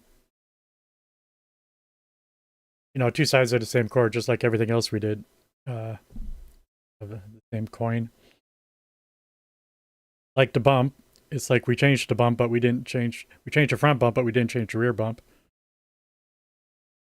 And therefore we're talking about mitigating it.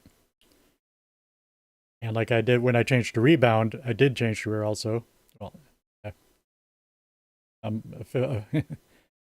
the next, in short order, I did the rear also because I wanted to keep that type of balance. It's saying if you raise your ice height, you might want to also raise your rear to keep that sort of balance. You moved the car from bouncy and edgy to compliant and precise. I never said edgy. I'm almost too old to use that word. To compliant and precise. The remaining single wheel lift when you hit deep grass isn't a tuning flaw, that's just geometry and physics. Your avoidance line is the right call. Are you sure about that? I bet you I can find some rivals times where they do take all the grass they can. Yes, sycophant. Would you like me to outline, convert this curb friendly into a smooth track version? No. But okay. Just for kick's sake, I'm going to give a thumbs up to the first response we did. It's accurate.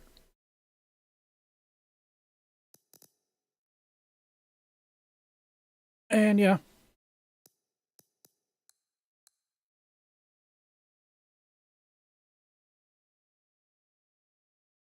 I'll do 2 clicks.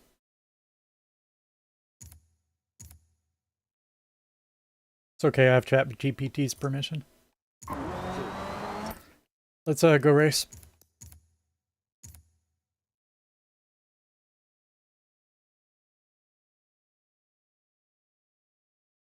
And just on this whole concept of my silly idea to try to tune using AI, I am interested in trying to various AIs.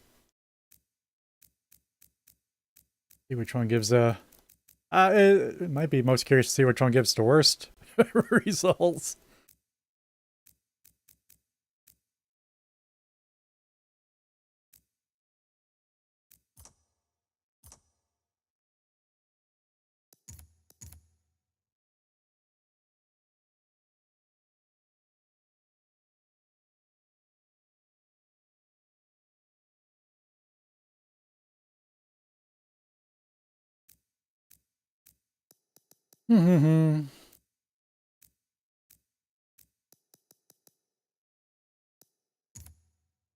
Speaking of smooth Catalunya,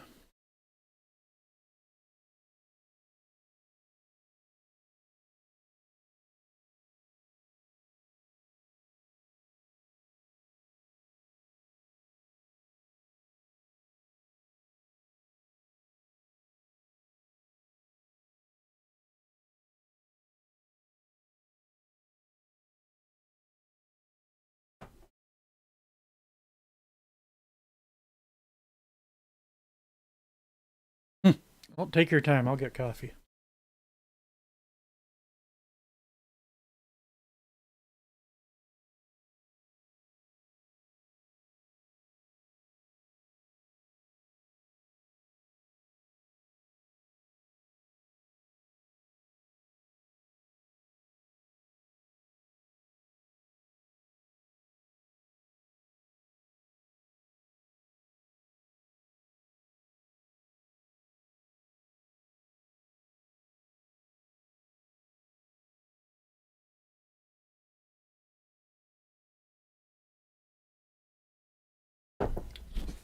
But yeah, huge fan of Vampire the Masquerade, but honestly, not know much about the Sabat. Catalunya is notorious, Which is a big part of the reason why I did choose a La Sombra for my playthrough also. Turns, which require minimal braking and consistent speed.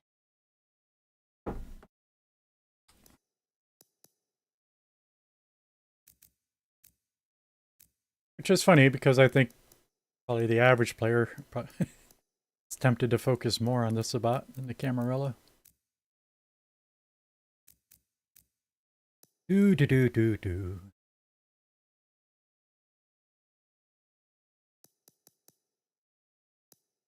But I perform best when I have rules.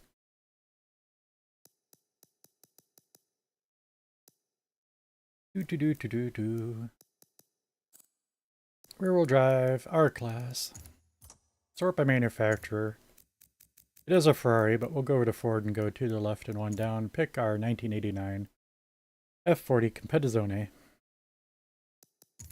And that's why it took so long to get into the lobbies, because I had to create a new one because I'm the only one here. That's unfortunate. That is the problem with playing at this hour and playing a dead game. But if I was a betting man, somebody will show up. Whether they stay or not, though, that's a good question.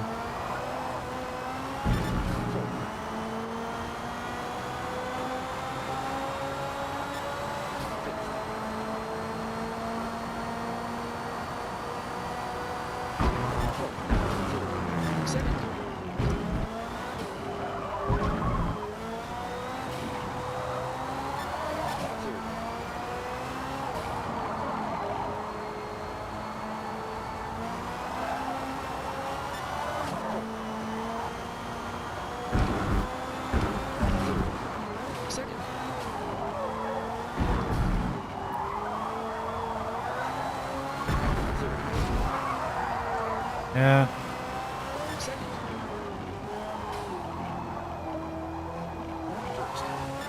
Huge oversteer.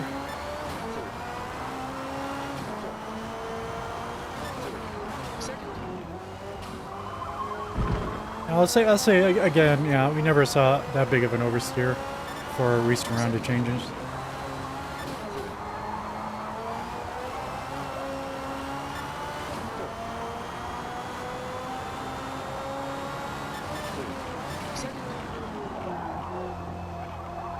But on the problem scale, I think you'd say it's not a huge problem.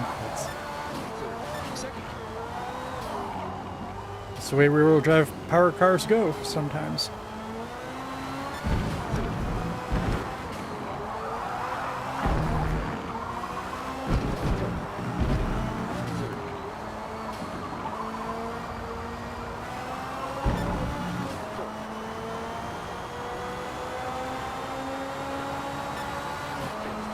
It could indicate to me to lower the diff also.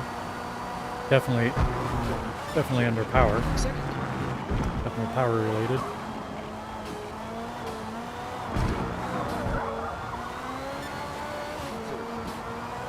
But on the whole, I'm not skidding too much. So, just all a balancing act. We're talking about minor changes. Second.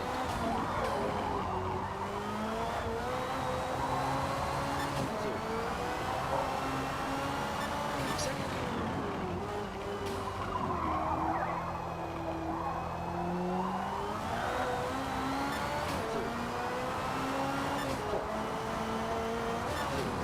Second. Whoops. First.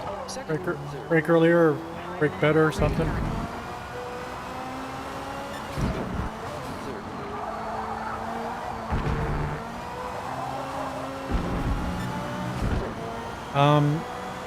And I'm over 2 seconds off of my time. Hey, somebody else showed up.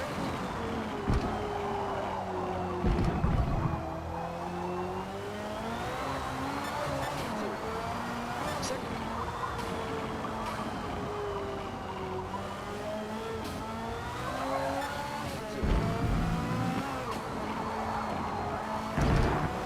It's a cut.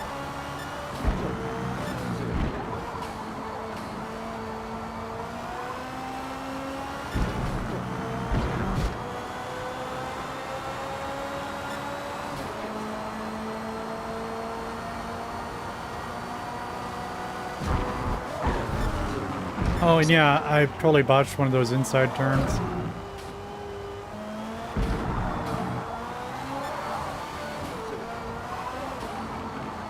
I could still see myself being a quarter of a second slow. I mean, I meant to say half a second slow.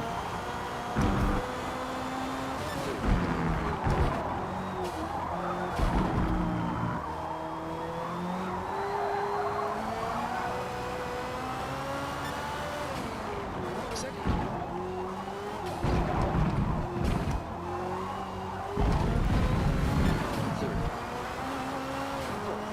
And we are up 4/10, so yeah. Second.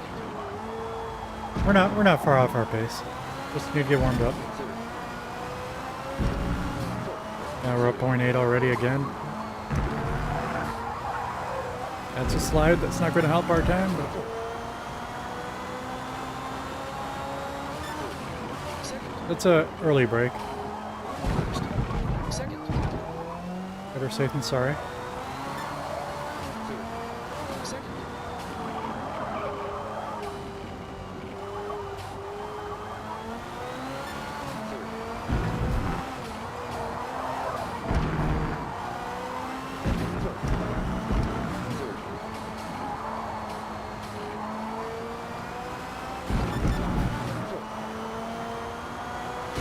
Whoops. Oh, he's faster than I am. That's too bad. Yeah, OP car. Will not be an interesting race. Second. First.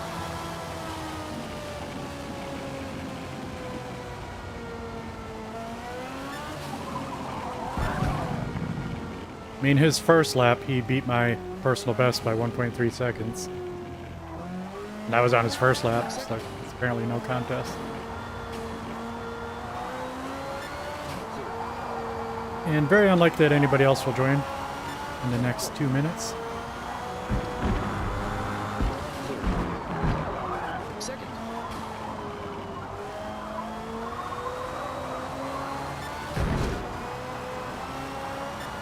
Second. First. Second. Alright, I'm trying not to burn my hand out. Oh, somebody else did. Veloset. He's in a regular car. Good. La Ferrari. I'll check that chat GPT. Make sure before today I wasn't talking to him about Road Atlanta. Still amazed he knew which turn I was talking about. Because I neither suggested it nor did I confirm it. He's mentioned turn 3 twice.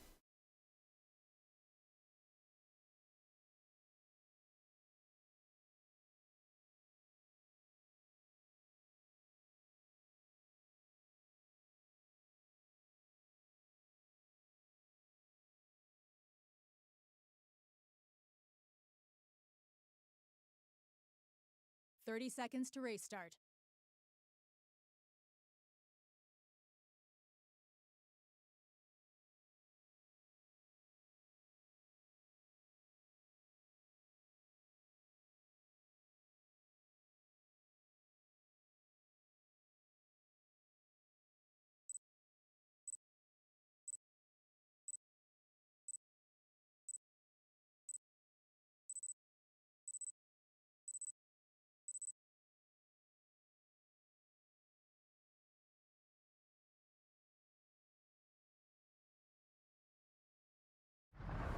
Box, box.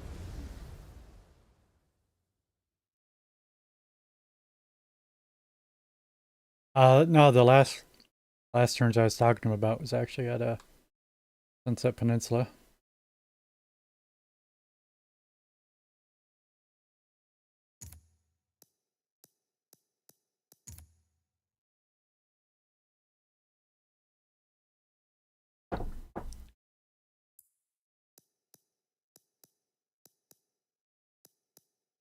He has less handling we got.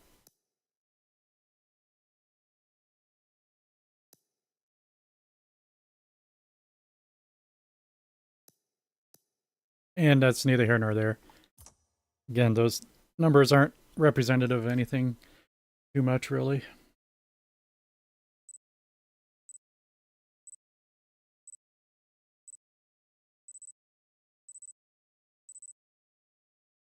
They are vaguely, but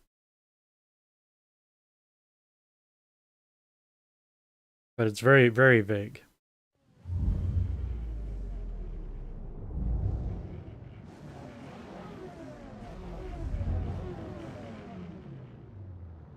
First. Let's go. Second.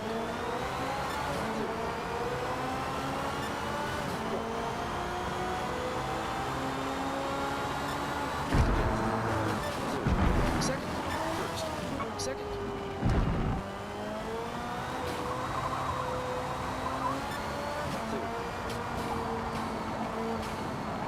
They all took turn one very cautiously. I'm not sure why. Don't care. I'm in front. That's all that matters, right? Second.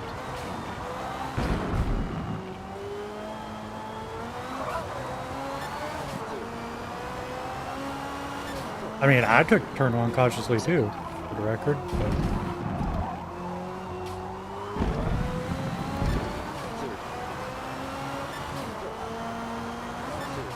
Second. yeah, GT1's catching us. Nothing to do about it.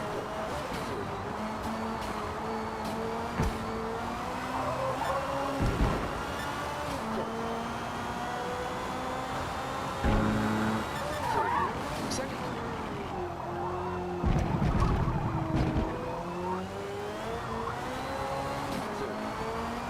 Second.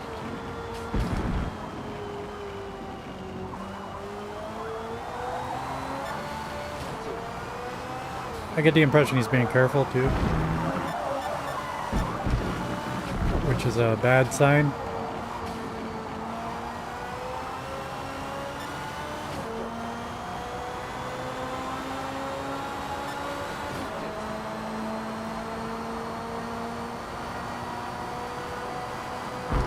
That means he's a patient driver.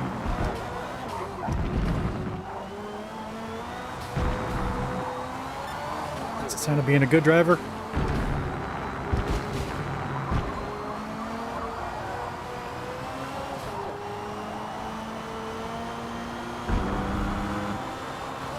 Second.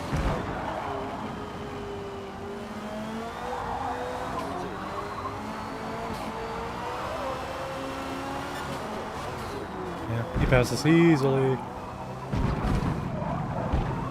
Even though I get the impression he's making some mistakes there. He's still faster than we are.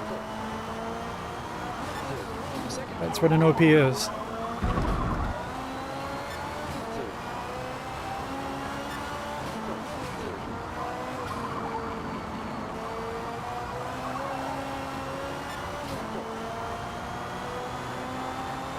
Huge gap back to Velo sets. He might not, maybe he's not warmed up or anything. I'm not judging the driver behind. Second. Just stating the facts.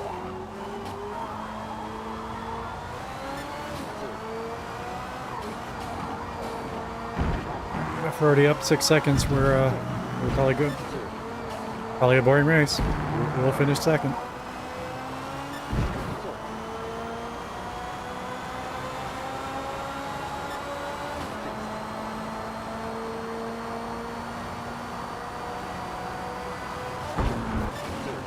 Second.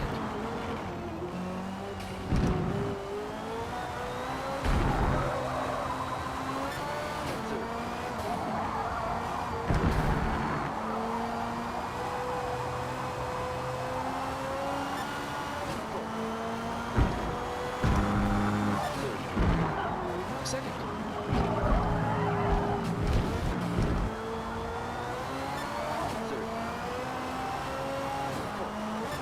And when you did pass me, yeah, he was leaving plenty of room for me too, again. Second. So he's being a very good driver, very good sport. That's what I'm saying. He effortlessly passed us.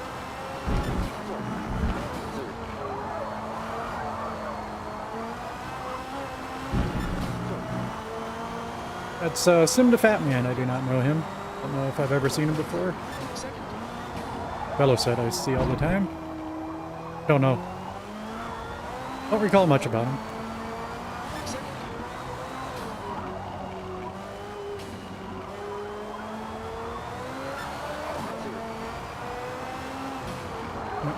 Little late on brakes for some reason. Anyway, with that competition, it's hard for me to motivate myself to do well every race, every moment of every race.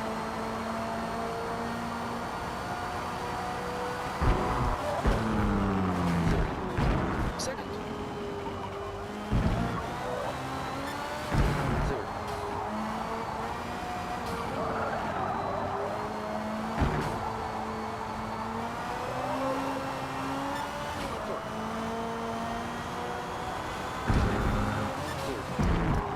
Second. And I am still getting adjusted to this gamepad. Second. It's got height adjustable thumbsticks. So the left one is very high for precision. Second.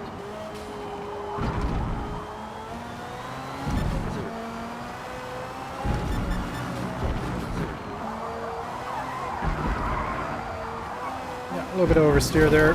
Second. And an utter failure to correct. Second. But again, that's making no difference to the race results. Second. 11 seconds in front, 11 seconds behind.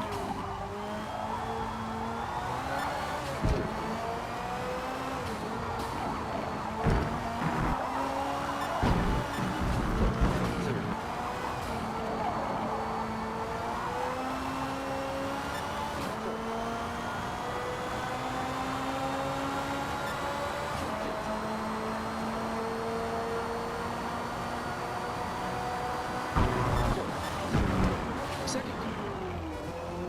Now, when I'm swerving over to the left there, most every time, I don't end up going straight.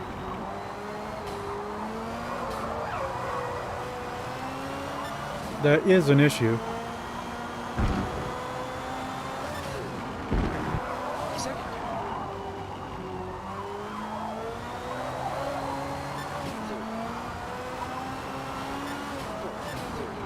Second.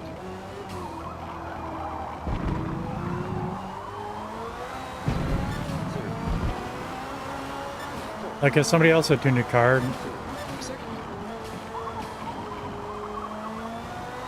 and this race has gone just like it's gone, I'd say there's something weird about it.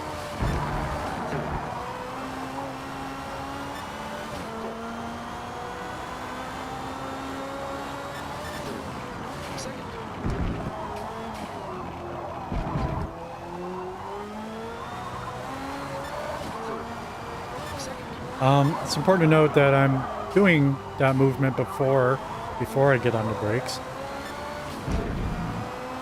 100% not a braking issue. Nor a dive issue. Second.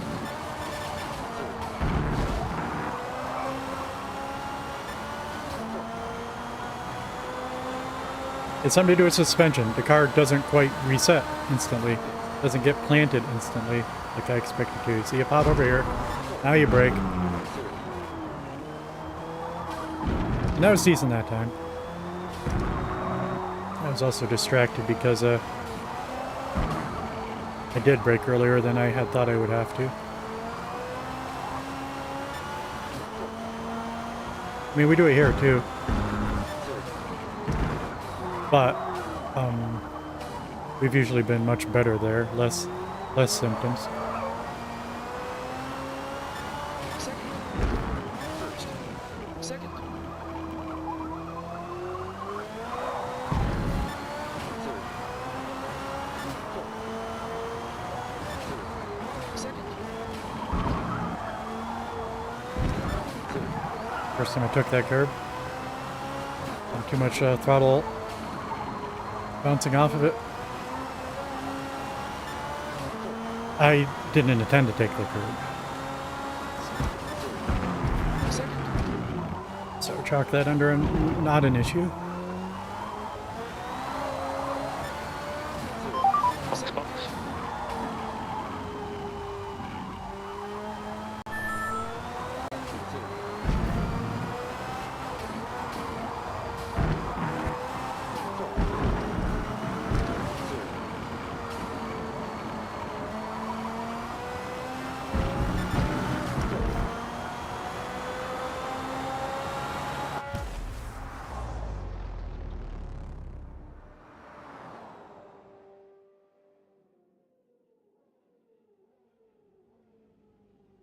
No comment. I don't think I broke my personal best, did I? I don't have my spreadsheet up yet, I don't think.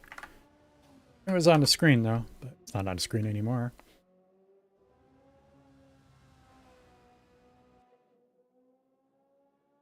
Great work. We finished. I say it was on the screen, or did I have that off all the whole time?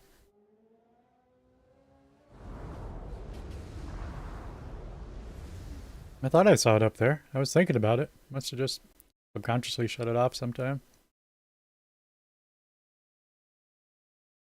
Let's see. At Catalunya. Yeah, 139.2.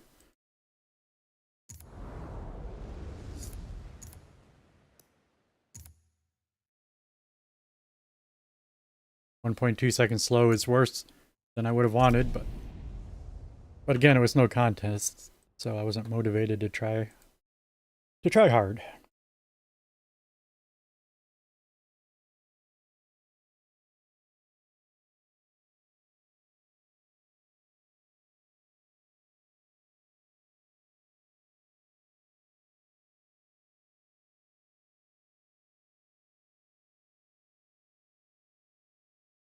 Is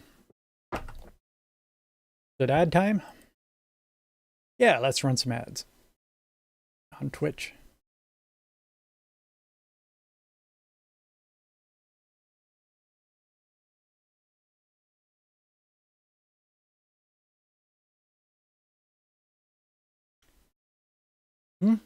Spa, all right. Awesome. I sort of think we called it at Spa our last couple times here. Is that true? Is this my fastest car at Spa?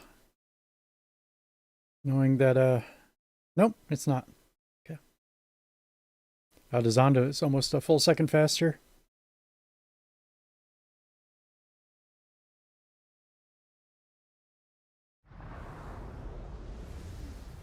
Spa is in an I was area of trying to throw Belgium in there. with I haven't some of the run highest any of the OP elevation in cars. country, and is notorious for storms that just pop up. out So of when I'm nowhere. saying my fastest car, we're talking about non-OP.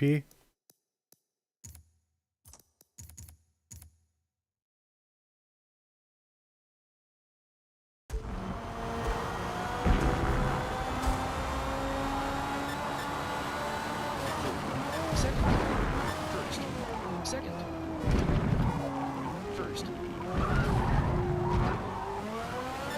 Second.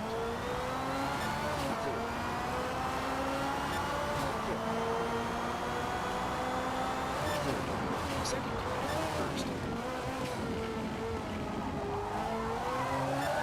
Second. Third.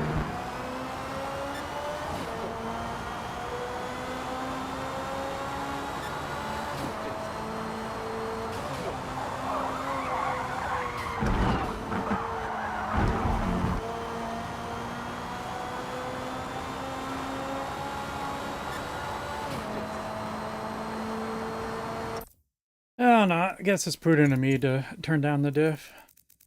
1.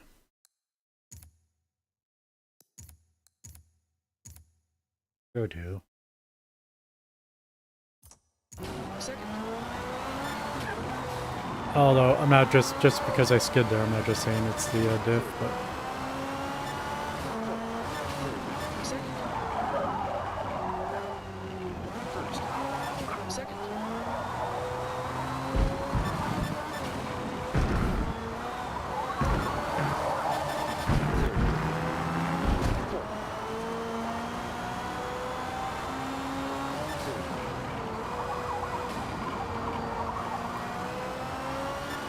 is there anybody else here? At Spa, everybody should be here. Second. Everybody loves Spa.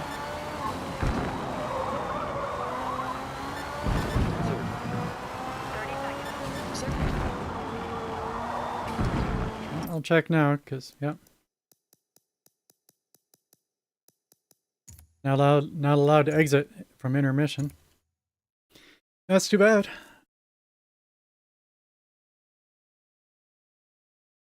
I'm never going to be able to resolve racing by myself.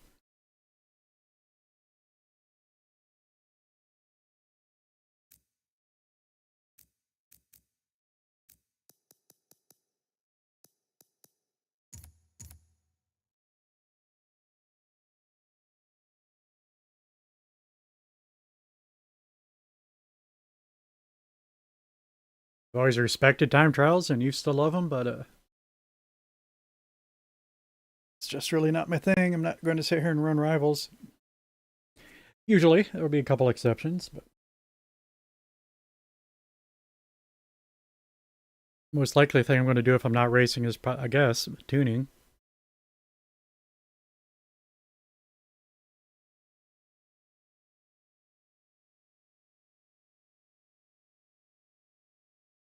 I don't know. How do you justify playing a dead game?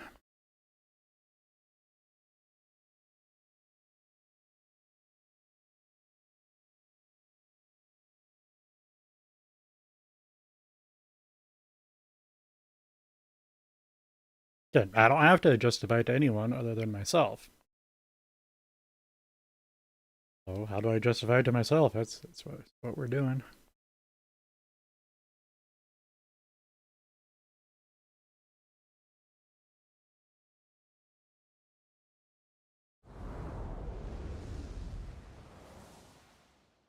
The 9-turn Brands Hatch layout is technical and lightning fast. It's critical for you to swing wide when exiting each turn to maximize your speed.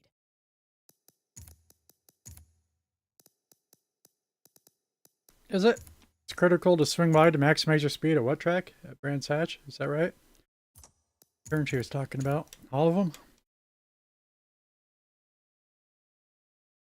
I don't swing wide on every turn, necessarily. But that's the usual approach. Swinging wide's bad here because you catch the sand and you end up off track. Same on turn 1. Swinging wide's dangerous.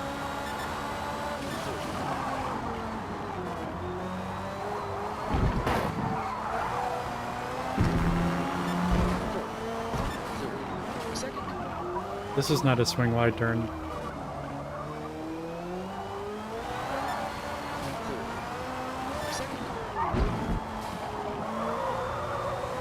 That's not a swing wide turn either. To be honest, I don't know what this turn is. Yeah, I don't think swinging wide. It's a little sharp for swinging wide. I don't know. fifth, A little sharp, that's not what I meant. It's a little long. Over 120 degrees. More like 150 degree turn.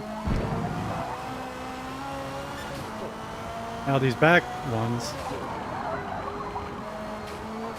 Well, it's sort of the same thing. Any of the corners on this track, you swing wide, you're going to end up dipping your rear tire in the grass and completely blowing your turn. Yeah. Oh, maybe she doesn't know what she's talking about.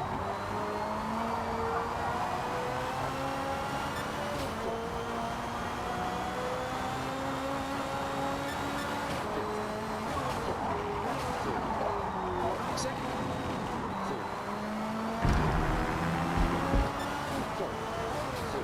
third, second,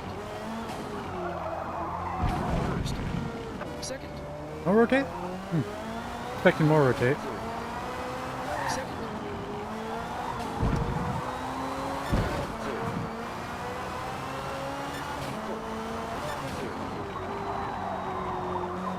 second, Let me look at rotation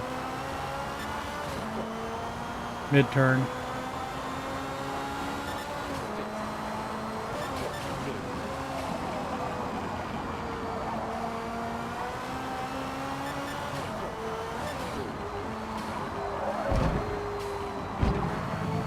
Start thinking about a new aspect.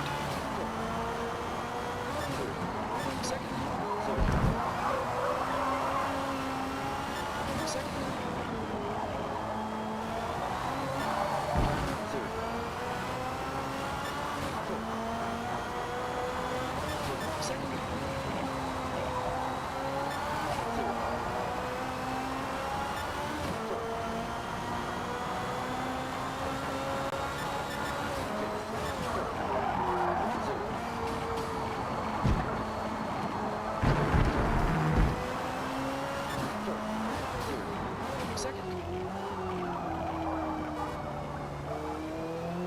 second, second, second, I got plenty of time.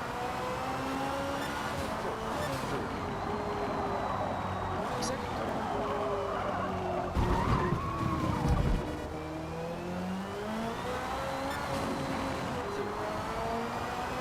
So, number one, a lot of people use the diesel diff to help rotate. Why we downshift to get more rotation. second, But that's more of an exception. I think what you're usually looking for is how much rotation you get at neutral throttle. And that's sort of hard to do with a controller.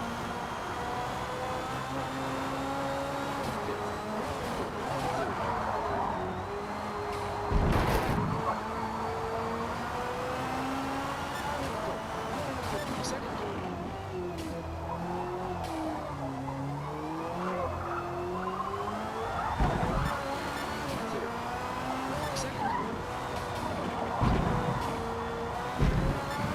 Now, we have really good dive on here or something, but if I ever want more rotation, I just got to tap the brakes.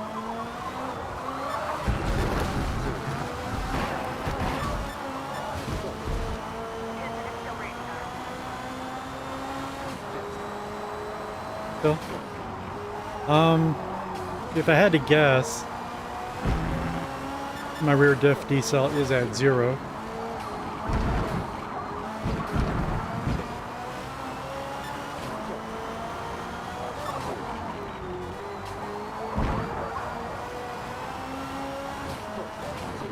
second, Although that's not my usual bass tune, for sure. second,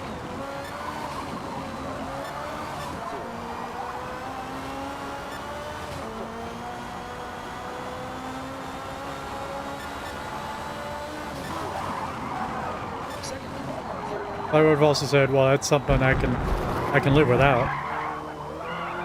So we started at 0 and then move it. Let's see where it is. It is 0. First. Second. Second. That weight shift is something I want to mitigate. First. Second. Third. Second. I forgot what layout we were doing. I was going to go to the right there.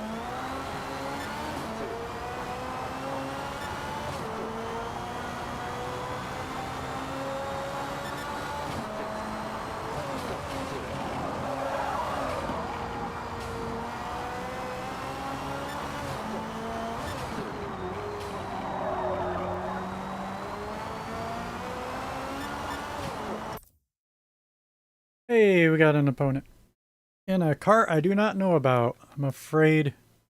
Oh, you changed cars. Good. Second. Good.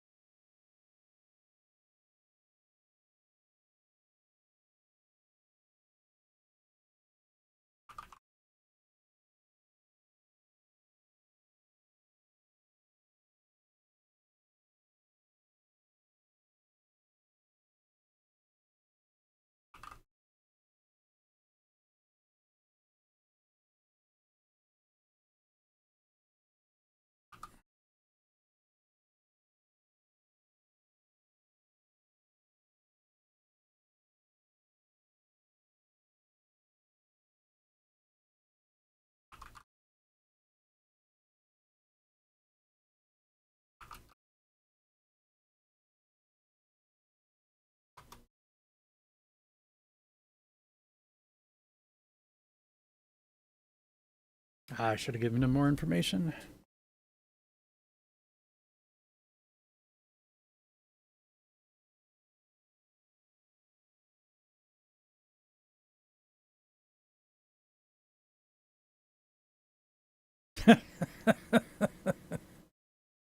It's telling me to lower the front rebound, whereas that was one of the things we increased for the previous issue.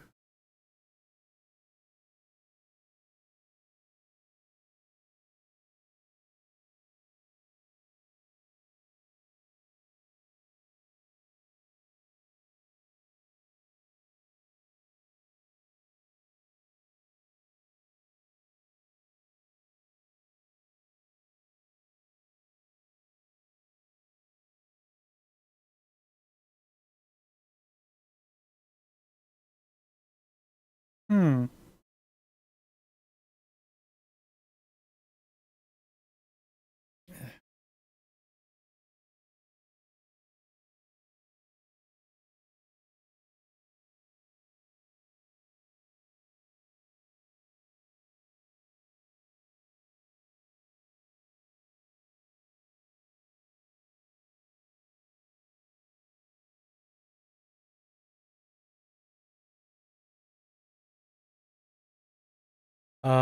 Not doing tow. Race starts in 5 minutes.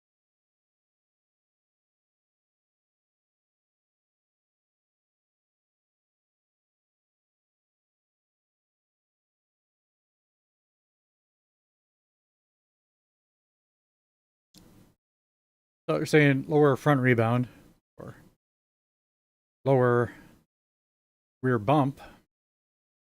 What I'm thinking we're going with, but he also mentions the ARBs, and I'll entertain it a little bit for that. It's been something on my mind.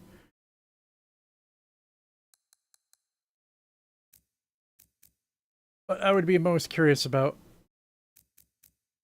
this.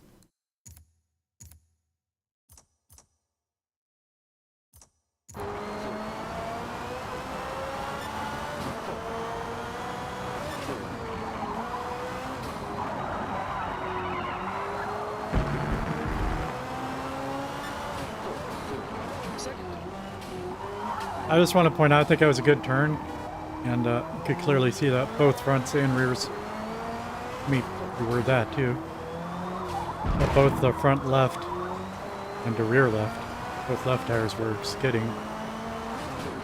That indicates a good balance to me.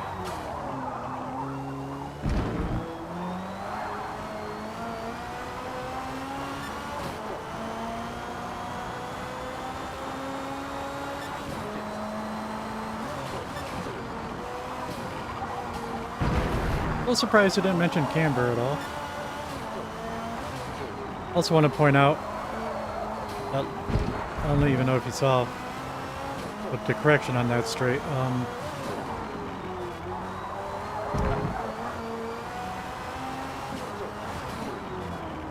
That would have likely.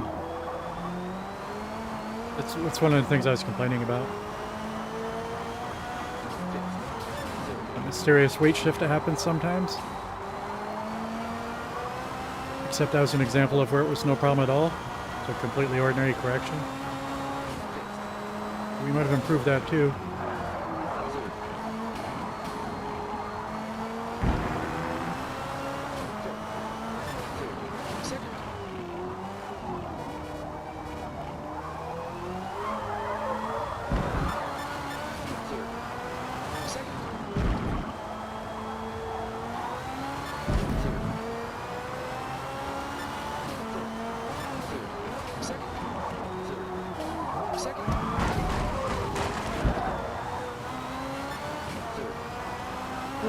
Little oversteer there.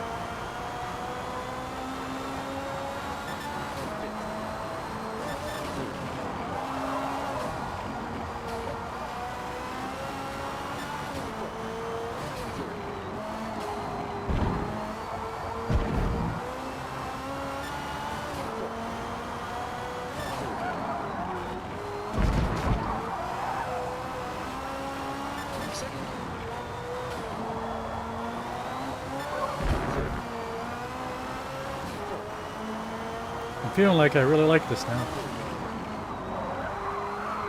Well, that little bit there was interesting. Interesting can be good.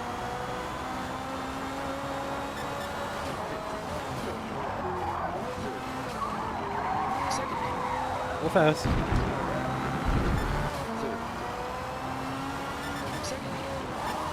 Oh, there. Yeah, that's bad. That's related to the interesting. Okay. Was that because I was getting on brakes? Funny. Sort of has to be, right? Box, box.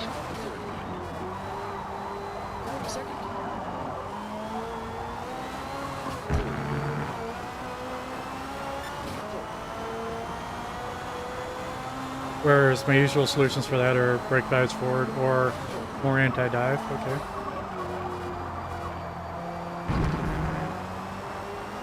30 seconds to restart. Tell you what, I will put on the tiniest bit of more anti-dive. I say tiniest bit, but 5, 4.5.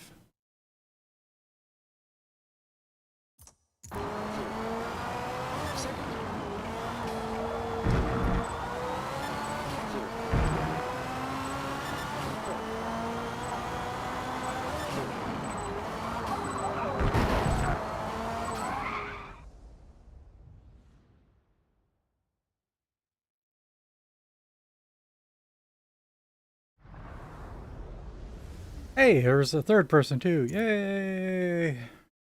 Yay, our game is popular. Regular cars. Good. Almost makes me feel bad for running the F40.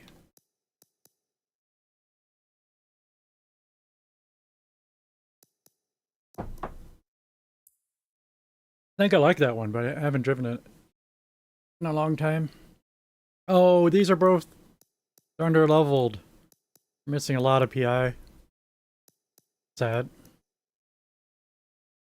Nice to see people here, but unfortunately, I should win it easily. Now, if I don't, it'll be a bad day.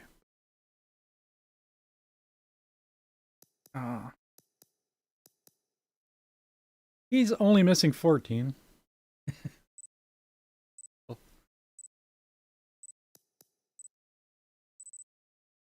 Do I know either player? No, they're both under level 1000. One 600 level player, one level 100 player.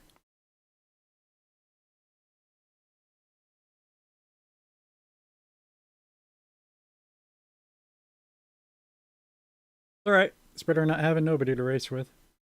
And this is a perfectly fine track to make major errors at. I'll be really disappointed, but would not be surprised if I drove into a sand pit 3 times in this race.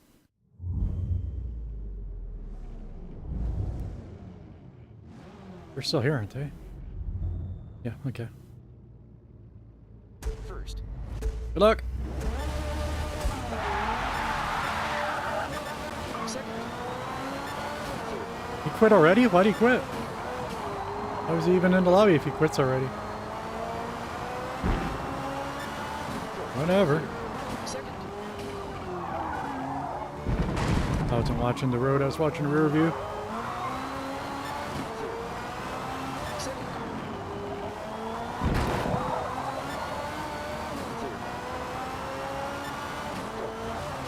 Second. Second.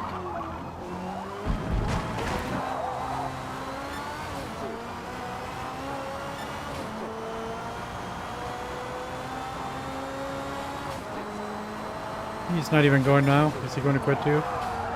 Yep. Why would you join and then quit? I mean, both of them knew their cars weren't fully leveled up. I mean, you know, I'm thinking they're quitting because they can't win.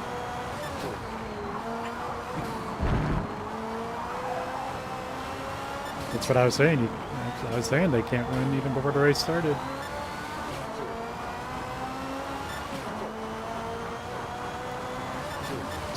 And now I'm saying, thinking like that makes no sense.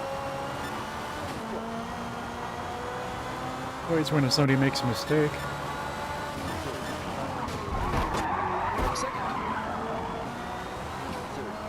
Nice save.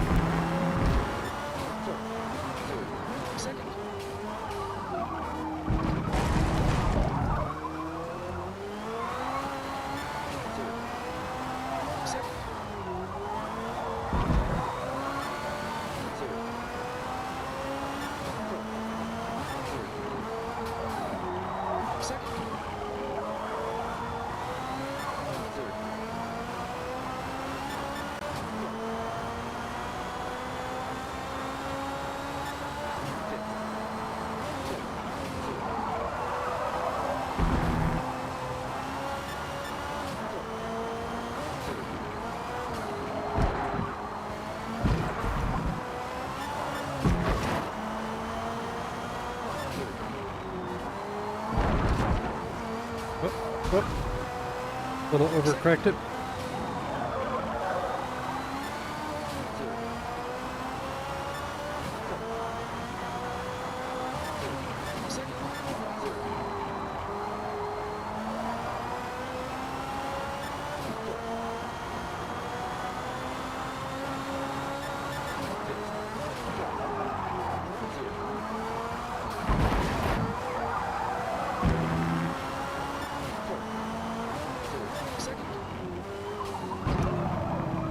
Yeah, it does like to turn in a lot there.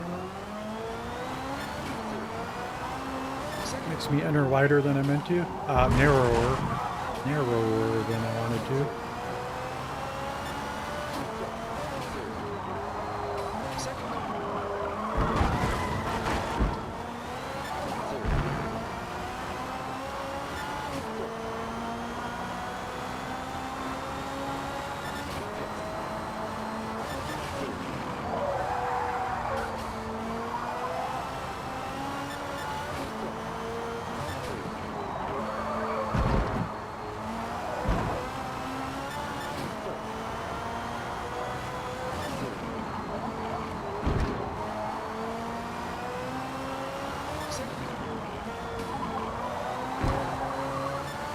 Inside curve to help us rotate.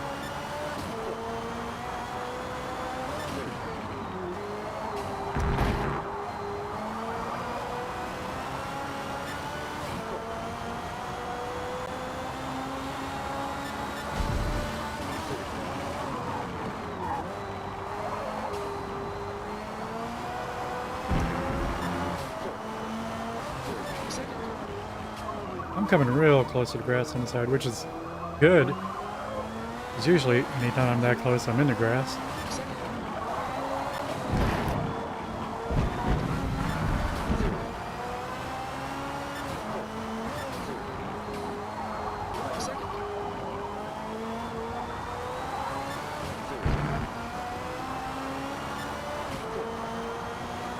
We're a lot more confident on the throttle.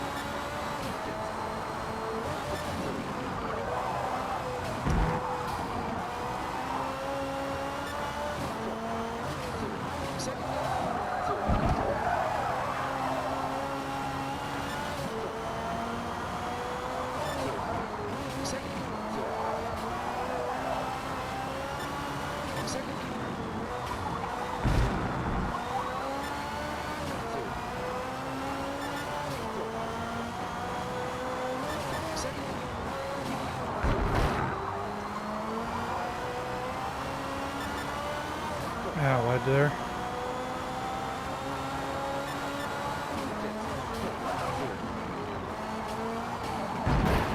Point 3 off of our personal best. There's the grass. Second.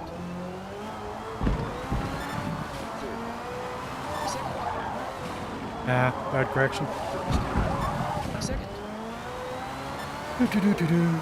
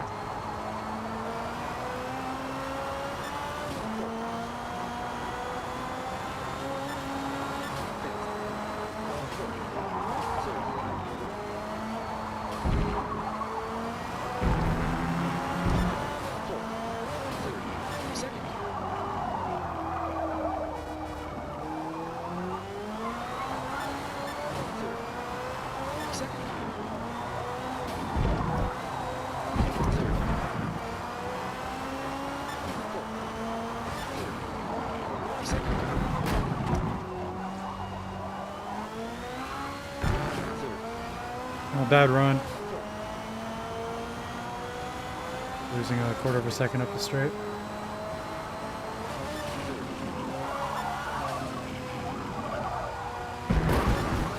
And that's a cut. Of course, being in grass is going to be slow. We blew it. I started a lap up 3/10, so I was excited.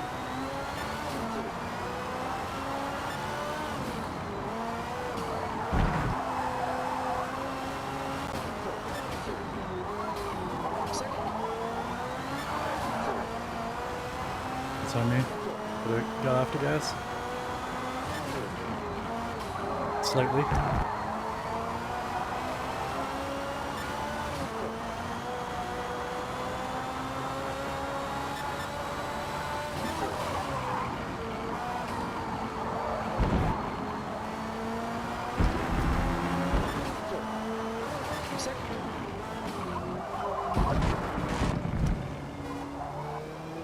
One of those refusals to rotate.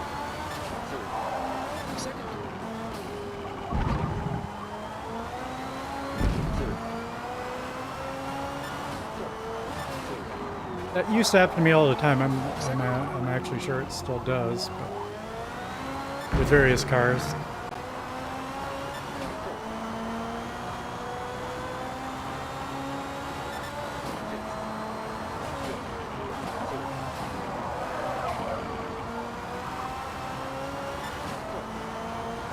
Thinking I'll not chalk it up to anti-dive, because me adding so much anti-dive is a newer thing. Might chalk it up to the low front bump.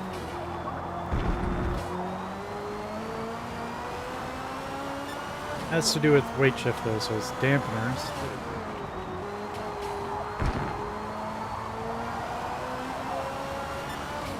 That it could be because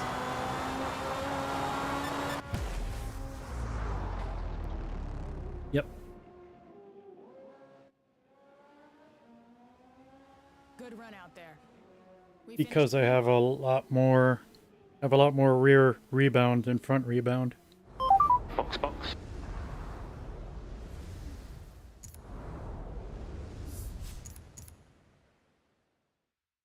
Hey, speak of the devil.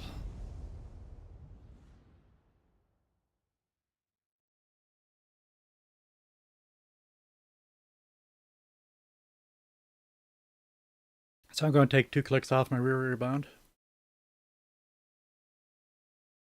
Even though I try to do that a lot. Traction's sake. The Michelin Raceway Road Atlanta Circuit's S's contain 6 unique bends. Be precise on every turn in, because any mistake means slowing the car down and losing your track position.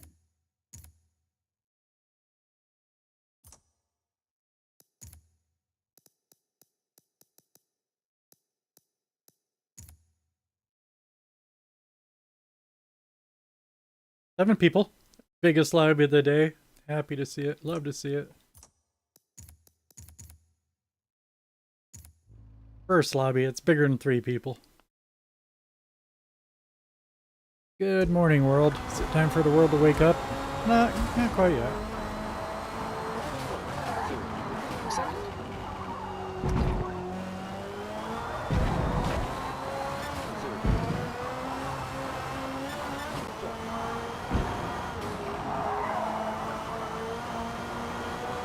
So we should be relatively warmed up for this track. Then again, once I start thinking that, I sort of skip to the next level inside my head and find new things to screw up. Such as, well, I'm warmed up for this track, so I can brake extra late in turn 1. No, that's not how it works. And there's our weight shift. Second. Just out of the blue that time, too. Out of the blue. Out of the blue that happened. That's not good. I want to look at the replay if I can.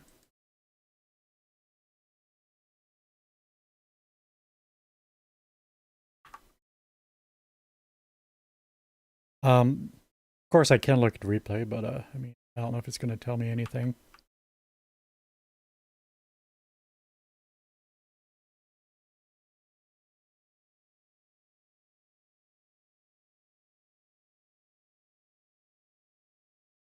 Oh, why did it reset that when I hit the button? My controller!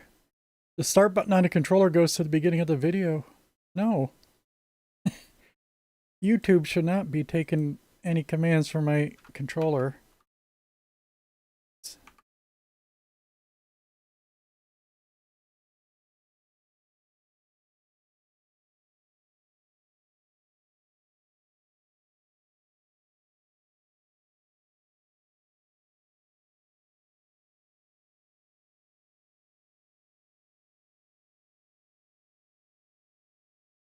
Yeah, alright, so curb.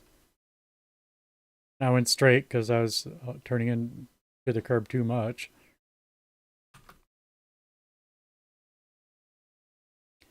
Turn left to resume the normal racing line, but obviously the line is turning to the right next. But I never turn to the right. I mean, my car doesn't. Where's my gamepad overlay? Gamepad is off. Oh man, that's the extra data I was looking for. But without that information, it's a little bit pointless. We can't learn anything from what we see.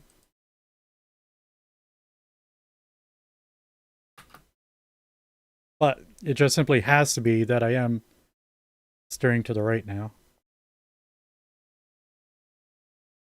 Obviously, that's not where the car is going.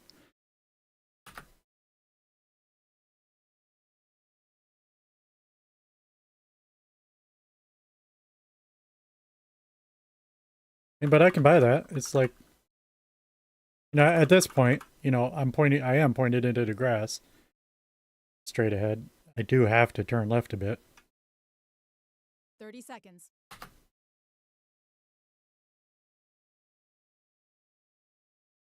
And I should have hit the brakes and turned to the right. I never hit the brakes until after I realized we're not turning right. But, yeah, nothing to learn there, really. I don't know what went wrong.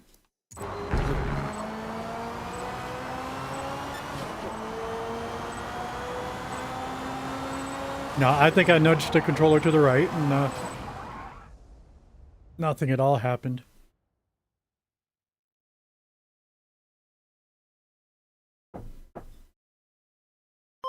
Box, box.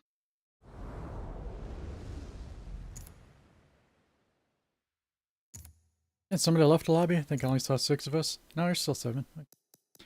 So we do got Mr. Blobby. He's the highest level player that I often see. Level 12,753. Minus 11. 12,742. There's just no level 1,000. Or 12,000. It goes straight from level 999 to 1,001.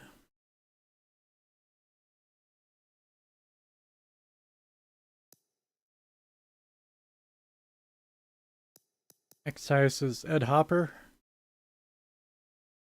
That's an M23. Oh, F1 car. And there's an MAB. Ignore those. Another MAB. Oh, Mr. Blobby's driving. Yeah. We fully expect to. No way we can get better in 4th position. Except that that's obviously a lie. There is a way. They can all quit.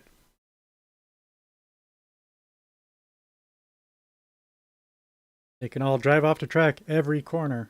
Then I might stand a chance.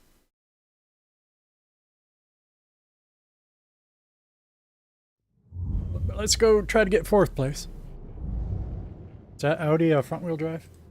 All-wheel drive? First. And the Corvette? Second. Well, he's quitting. Yeah, we beat the Audi.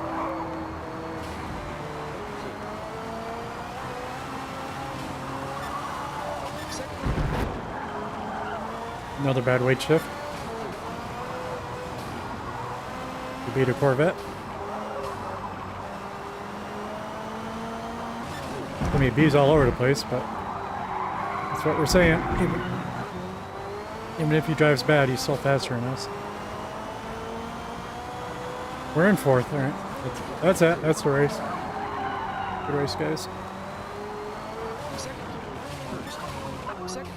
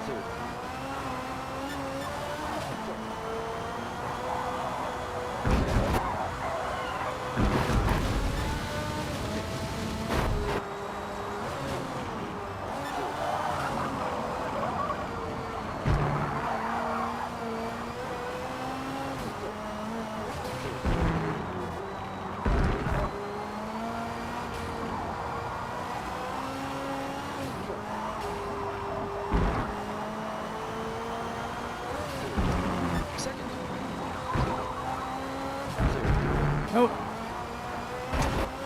I kept it in bounds, but the lap was already dirty. I shouldn't have. I didn't need to overcorrect. Second. First. Second.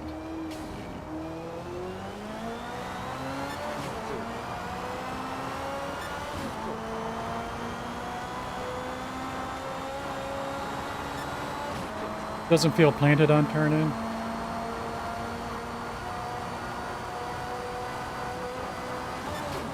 This is how I'm wording it. I don't know if that's an accurate description though.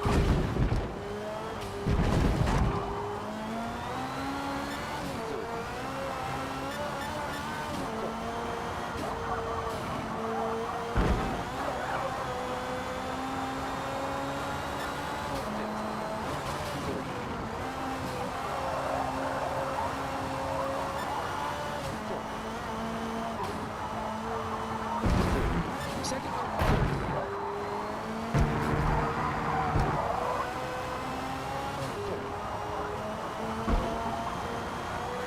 Whoops.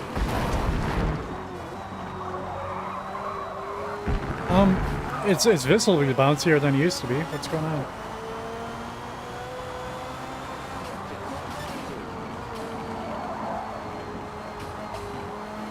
Second. First. Second.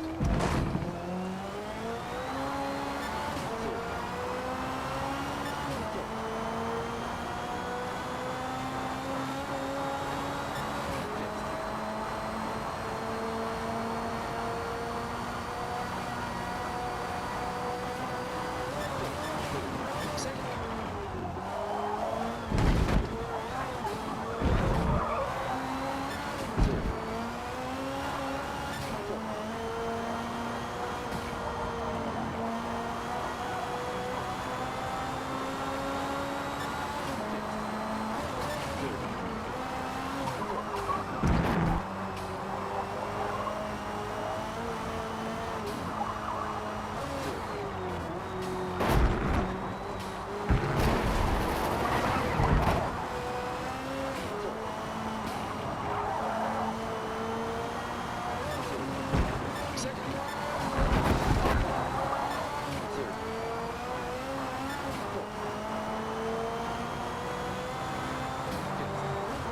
Up car Audi. Second.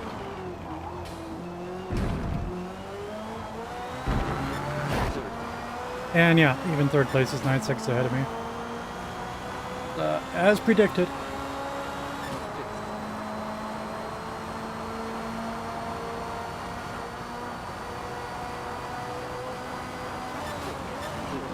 Second.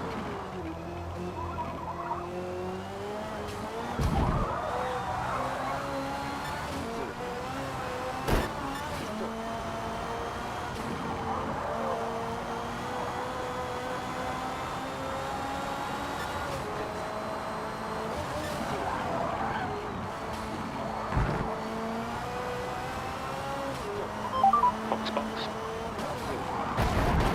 Second.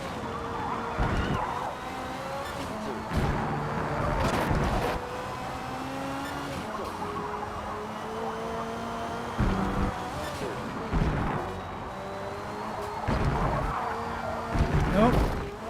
Nope. Second. First. Front wheels are still coming off the deck.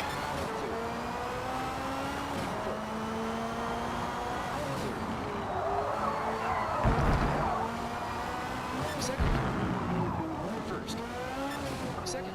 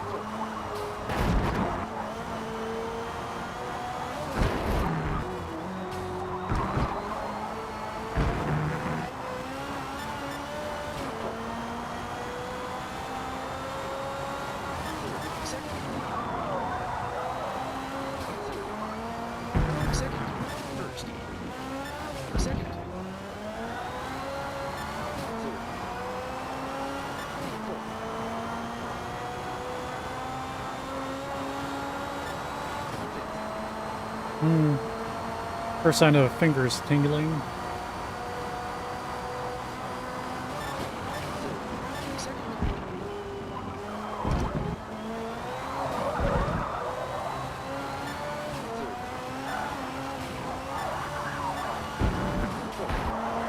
Outside grass. Heck of a recovery.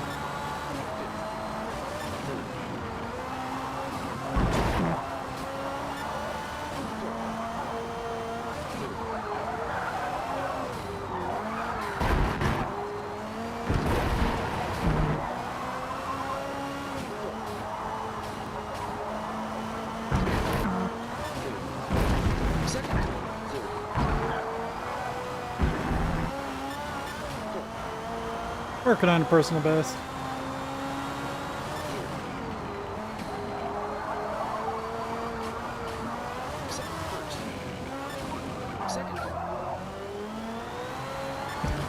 One of the things that makes it a great car is when I'm complete out of control, it's because we're fast.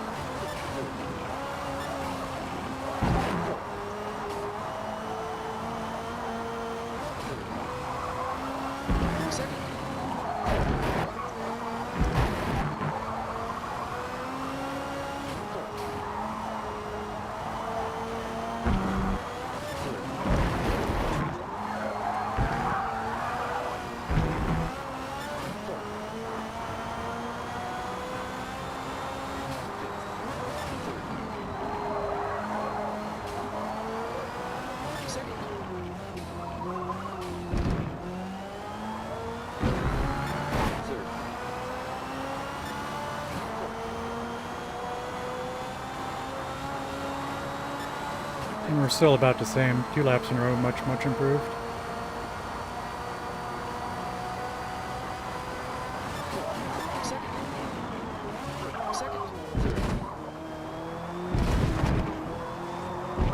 I was supposed to be in second gear. Whoops. Oh well. I would have botched it there anyway.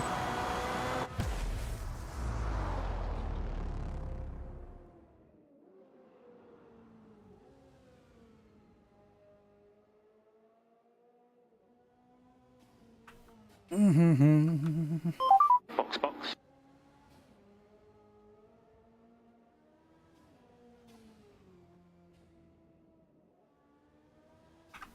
It's really good for as many laps as I've run there, and we suddenly improved by over a second.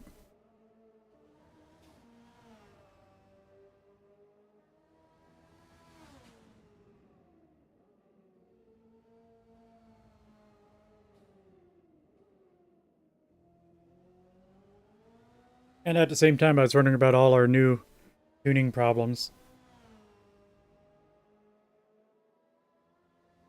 Yeah, compensated for them and you're faster. It's good. It's just what? Yeah, so much bouncier is what I'm saying. Well done. That's the last thing you want to hear at Road Atlanta.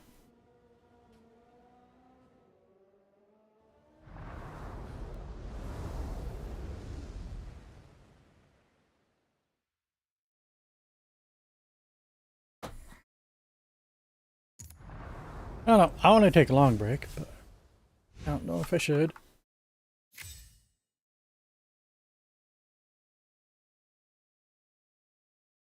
How long have we been live? 3 hours? Let's do a Watkins Glen. I don't think about raiding out.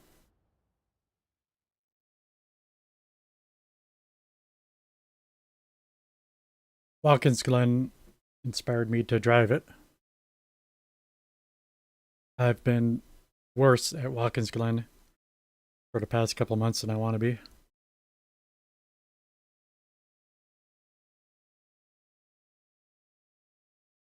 so I'll take a short break. Be right back.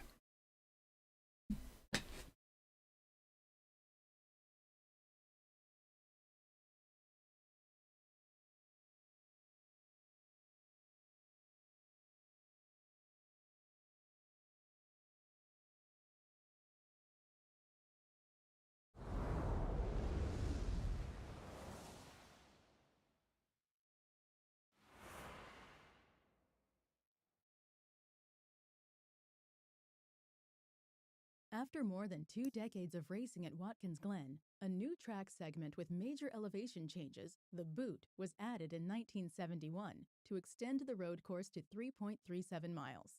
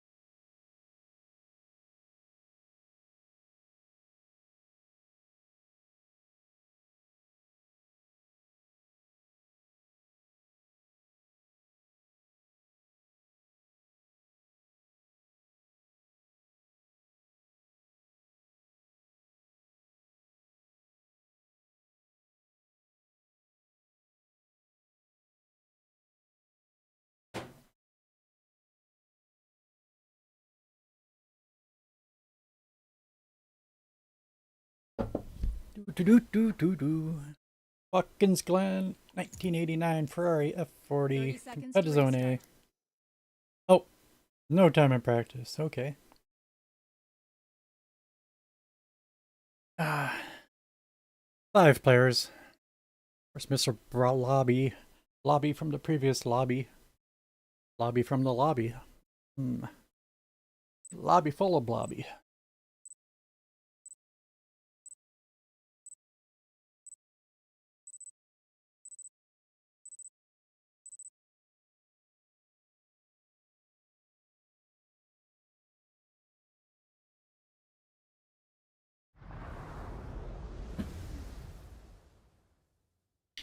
Is it worth mentioning I only know what a Mr. Blobby is because I've seen Taskmaster?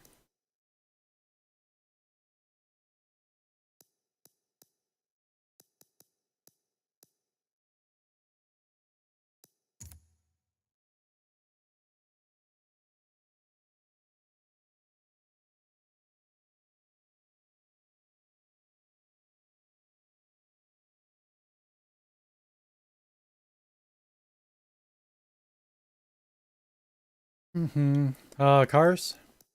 MAB. So there's a Vantage and a Ford. Again, lower PI, lower PI. But it's a guaranteed third, no contest. We'll be far behind first and second, and we'll be far ahead of fourth and fifth. Oh well. But I was saying, yeah. It's Watkins Glen. Let's try to have a good race here. Try to get some good laps in.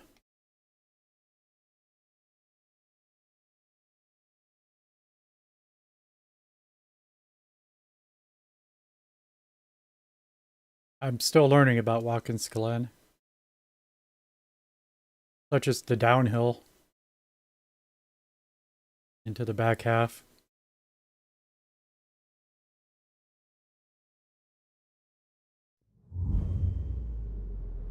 That left-hander is safe to enter late. It has to be over 90 degrees. First. Might be over 120 degree turn. Second. Third. Fourth. Second.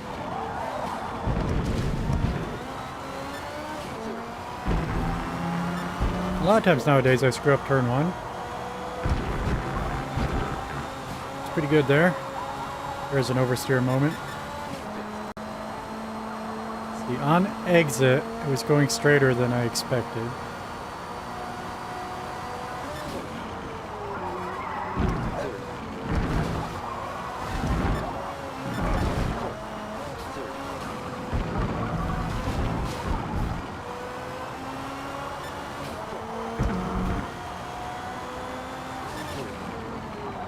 This one?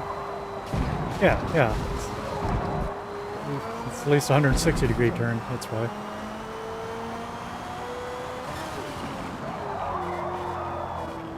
Second. Don't treat it like a single apex turn when it's that long.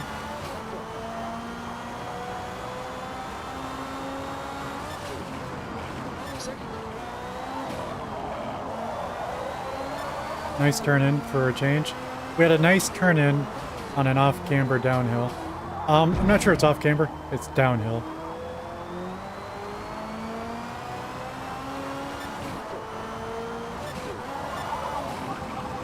I said both of those aspects cause understeer.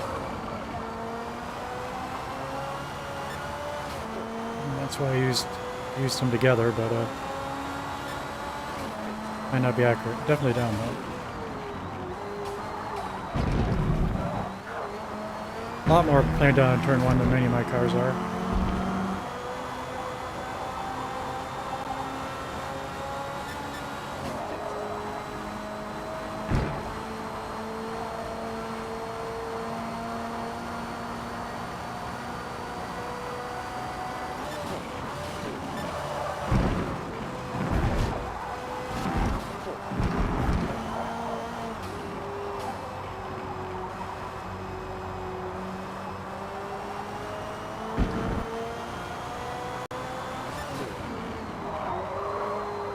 I don't know if I don't think I've run this car at this track yet. It's for the record. Oh yeah, that's why our session best is currently our personal best.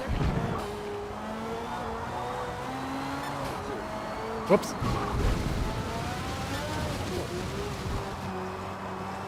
I do that a lot in this car. What's happening is I let off the steering a little bit, but it lets off too much.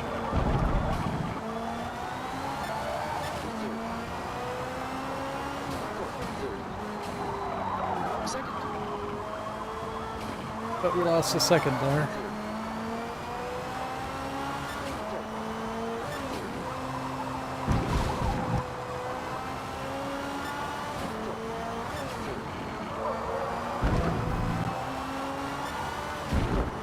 Yeah, this has real potential here. I'm surprised I could take that flat out.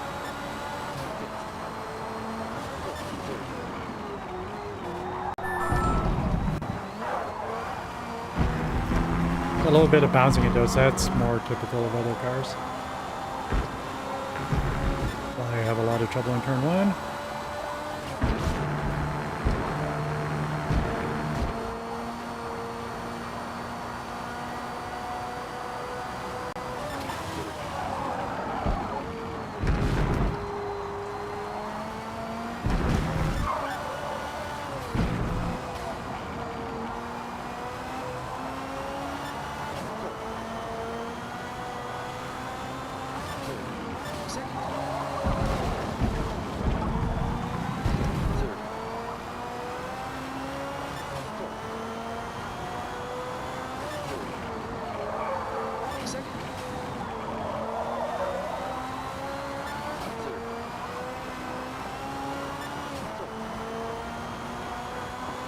Anyway, we know there's another 7/10 out there.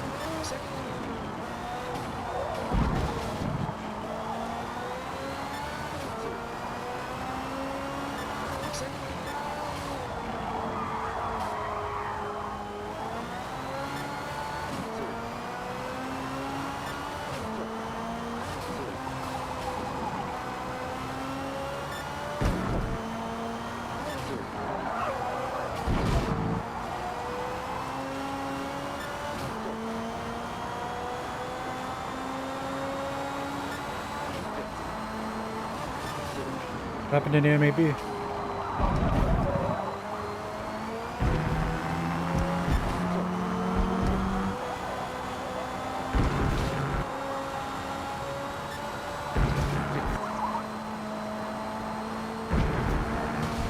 Well, one of the things I meant to do is to look at the other builds of this car.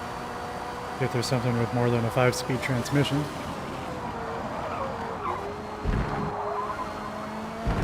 It's our second bad entry into the bus stop.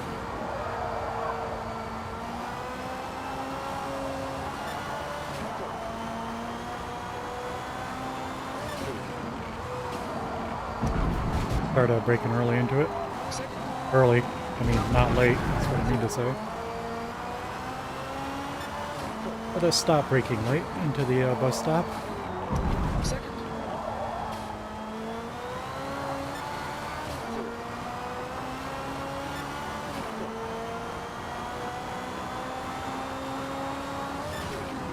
Second.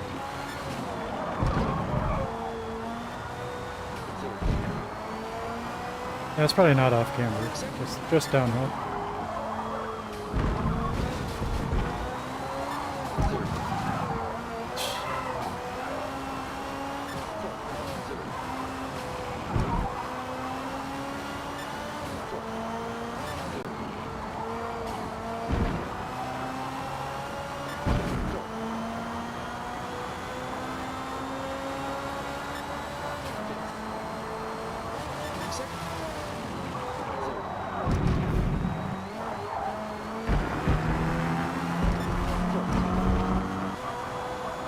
I want to clip the left-hand curb if I can. Whoops. Not that much. Never mind. Don't brake late. Yeah, still. Yeah. We're not planted there. A little bit weird.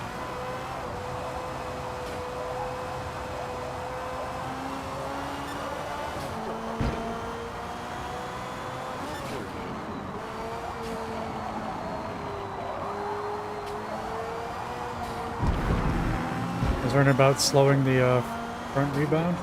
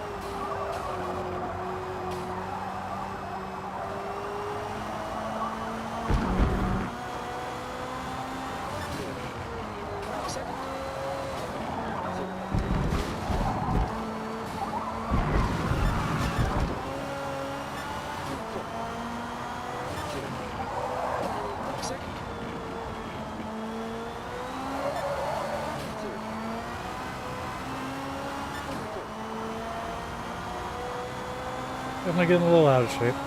We're close.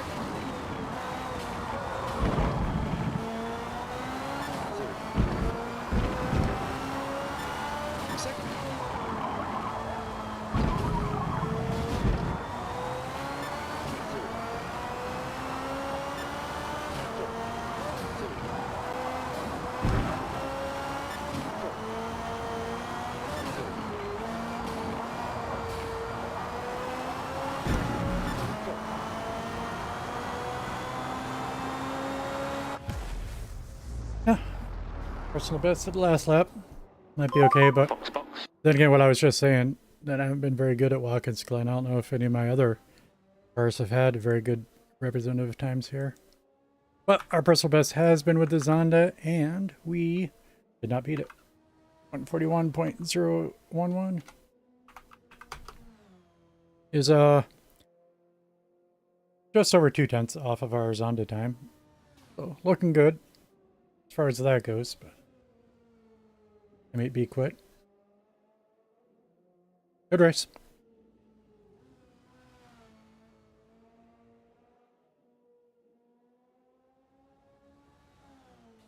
Yeah, I just want a longer break. Longer break. I'll try to be back in 8 hours or something. Play again. Speaking of that,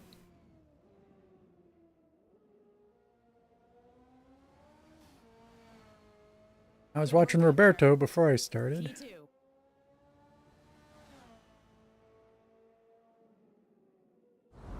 And he had finished streaming. He is streaming again himself. So let us go say hi. As long as I have at least 2 raiders. Yes, we do. Have a good day, everybody. Thanks for hanging out.